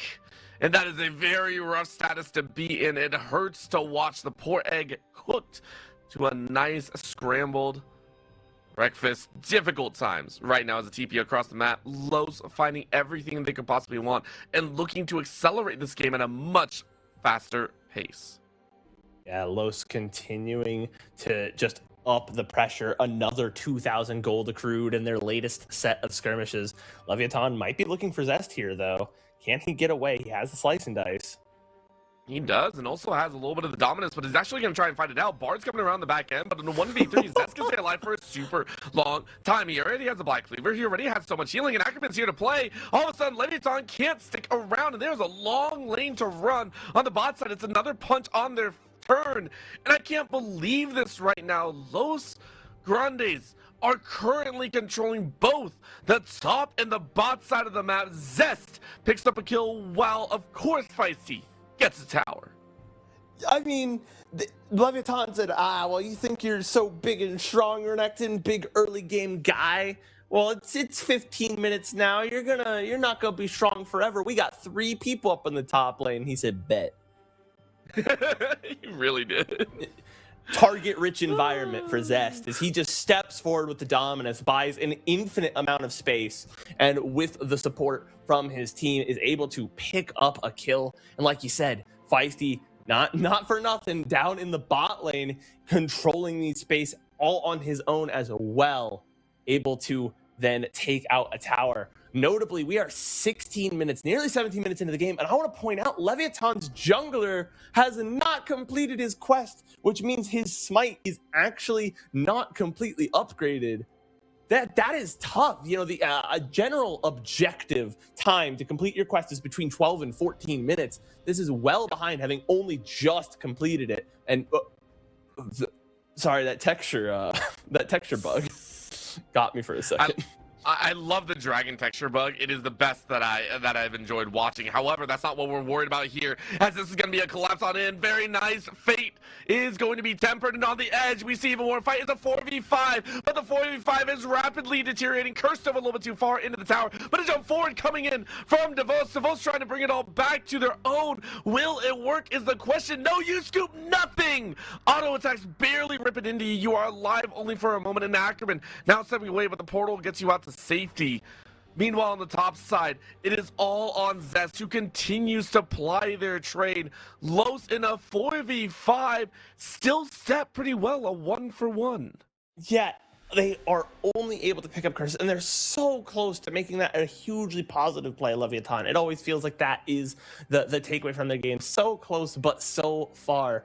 Everyone gets low, but no one else falls besides the jungler, and his job's already done. The dragon's already secured. No one's going for Shelly right now. So we're going to get a replay as to how this fight started. It is Ackerman. It is some supportal combat going forward. They see Curse. Curse is going to immediately, go in and try and follow up here. Gets a little bit too far in. right about there when he gets kidnapped by the opposing top laner. Devas takes him away and is almost able to do him work. Look how low the health bars get for Los Grandes here. But low does not count. They got to be empty, Orbital. Really do, and unfortunately, those health bars are still very, very healthy right now. 8.6 is what we're looking at, and with the advent of an extra Ocean Dragon in the back pocket, that's just a wee bit extra healing that you're going to have, no matter kind of the situation. Now, for Zest, you are trying to dash. Double dash was able to be used, but again, that Soul Flare did connect, and this is the 1v4 that you are very happy to have. Zest, though, is surviving for a little bit longer than they expected, which is giving a lot of time for Los inside of the top side. No, Zest, what an illegal move! Orbital! There is illegal, there is brutal, there is an absolute domination. Zest, Michael Jackson danced on him all the way to the bank and will take a kill for their difficulties. Poor Enga has nothing to do but get sliced, chopped, and diced between the likes of Los Grandes. My goodness. We're finally going. Okay, they finally got Zest. Leviathan will at least get some positive gold value on the play. They're going to get something done. Okay, Shrench actually able to kill Curse. Was not expecting that one, but it's a drop in the bucket. It's the 11,000 gold lead for Los Grandes at this stage. And I thought, man, they finally got Zest. Okay, it is starting to become mid-late Renekton, 20-minute Renekton. He is not immortal anymore. And he says who gets the slice and dice back, goes right out of the has the dominance up, gets right out of the Cataclysm, and just slides away. He just got up and he danced away. That is the most ridiculous amount of getaway I've seen. And it's the amount of ability haste that you have in your pocket, right? Spear Shojin plus Black Cleaver is guaranteed that you're going to have your spells up on rotation. He just danced. It was so good to watch. And at this position, Leviathan, no. They've sunk a lot in this early game, and it just hasn't gone their way, obviously. Now moving into the mid to late game, you got nothing. You have 0 towers. You're up against 6. It is impossible. And this, SuperBren, is the type of game I was expecting Los to have back in game number 1. Game number 1 felt like the motor revving. It's been in the, it's been in the garage for a while. You haven't driven it for a couple of years. It's slow and you have to warm it up. Game 2, you have hit the road a little bit and then you get onto the freeway, you get onto the Autobahn and you just rip. 21 minutes into the game, 16-5 and 11k in the bank. Los have no reason to play the rest of this game slow. They have no reason to, other than maybe they're having fun. No.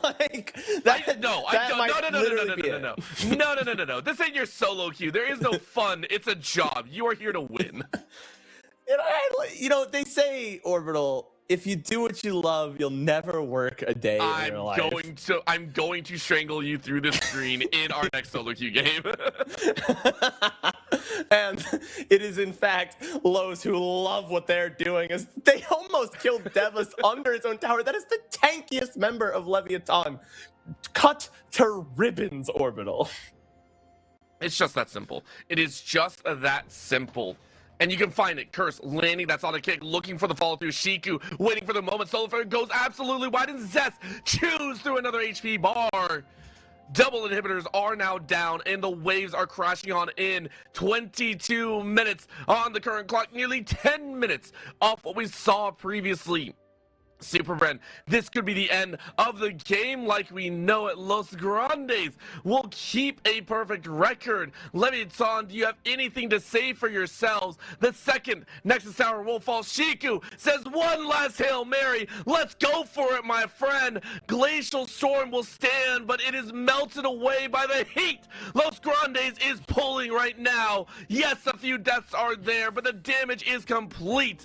Nexus shall fall, and Los Grandes will walk away from day 2 undefeated. Damn. that was this is what we wanted to see, to be 100% fair. We said, okay, Los Grandes, you did like you're slow, you had some mistakes, but you won pretty convincingly. But let's see that you're a top team. Come on, prove to us that you are the guys we think you are, right? and have a dominant game. Play fast, play aggressive, look good on the Rift, and my goodness, did they. I mean, they couldn't set a foot wrong in that game, Orbital. No, they couldn't. And I'll be honest, I could not expect, and I did not expect, a team to lose faster than Pain did just in the previous series. Leviathan did. Yeah. This has got to be one of our fastest show days, at least in my recent memory. My goodness. Yeah. It's only trumped by the fact that, again, game number 1 went to, 33 minutes, but in the different factor as well, Leviathan facing up against Los Grandes. Los Grandes, what a show. Both game number 1, they can show that they can play very, very simple, very simplistic, slowly build our advantages. In game number 2, we can take advantages and turn them into massive leads. So my question to you, we've talked about it before, how do you deal with a team like this? Where do you target Los Grandes? Where do you target Los Grandes? Man, that is probably one of the most difficult questions I've ever been asked. Yeah. Like, I think it has to come, you need to beat them there, is the lesson I want to set up. Like, you cannot let them play through their game and get to the positions they want to control.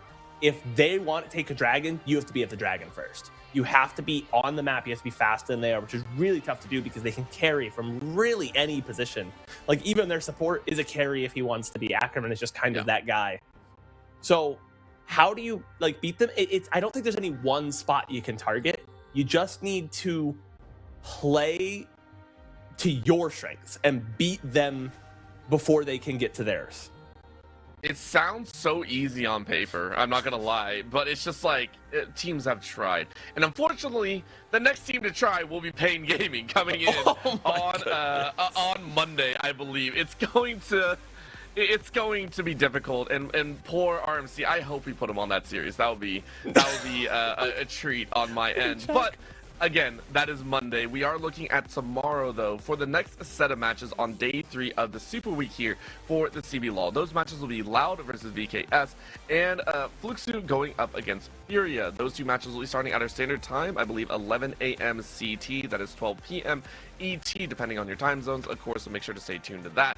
Of course, I also want to give a big shout out. Our podcast is still running every single week, so make sure to stay tuned for all the action there. If you want to catch up on what we think of what tomorrow's matches as well as day 4, please go ahead and check out our most recent episode on the YouTube channel. We would always appreciate a little bit of follow, a like, and a comment, and all the silliness of sorts. Also here on the Twitch side, if you love what we do, please go ahead and consider subscribing or going ahead and hitting that follow button. Every little bit helps as we are fully self-funded at this point. We do it for the love of the game, and we want to continue to do it for the love of the game. However, with that being said, we are done on the day. My name is Orbital. With me was SuperBren. We were your casters for this matchup. We had VermilionRose on the production, and we want to say thank you and good night.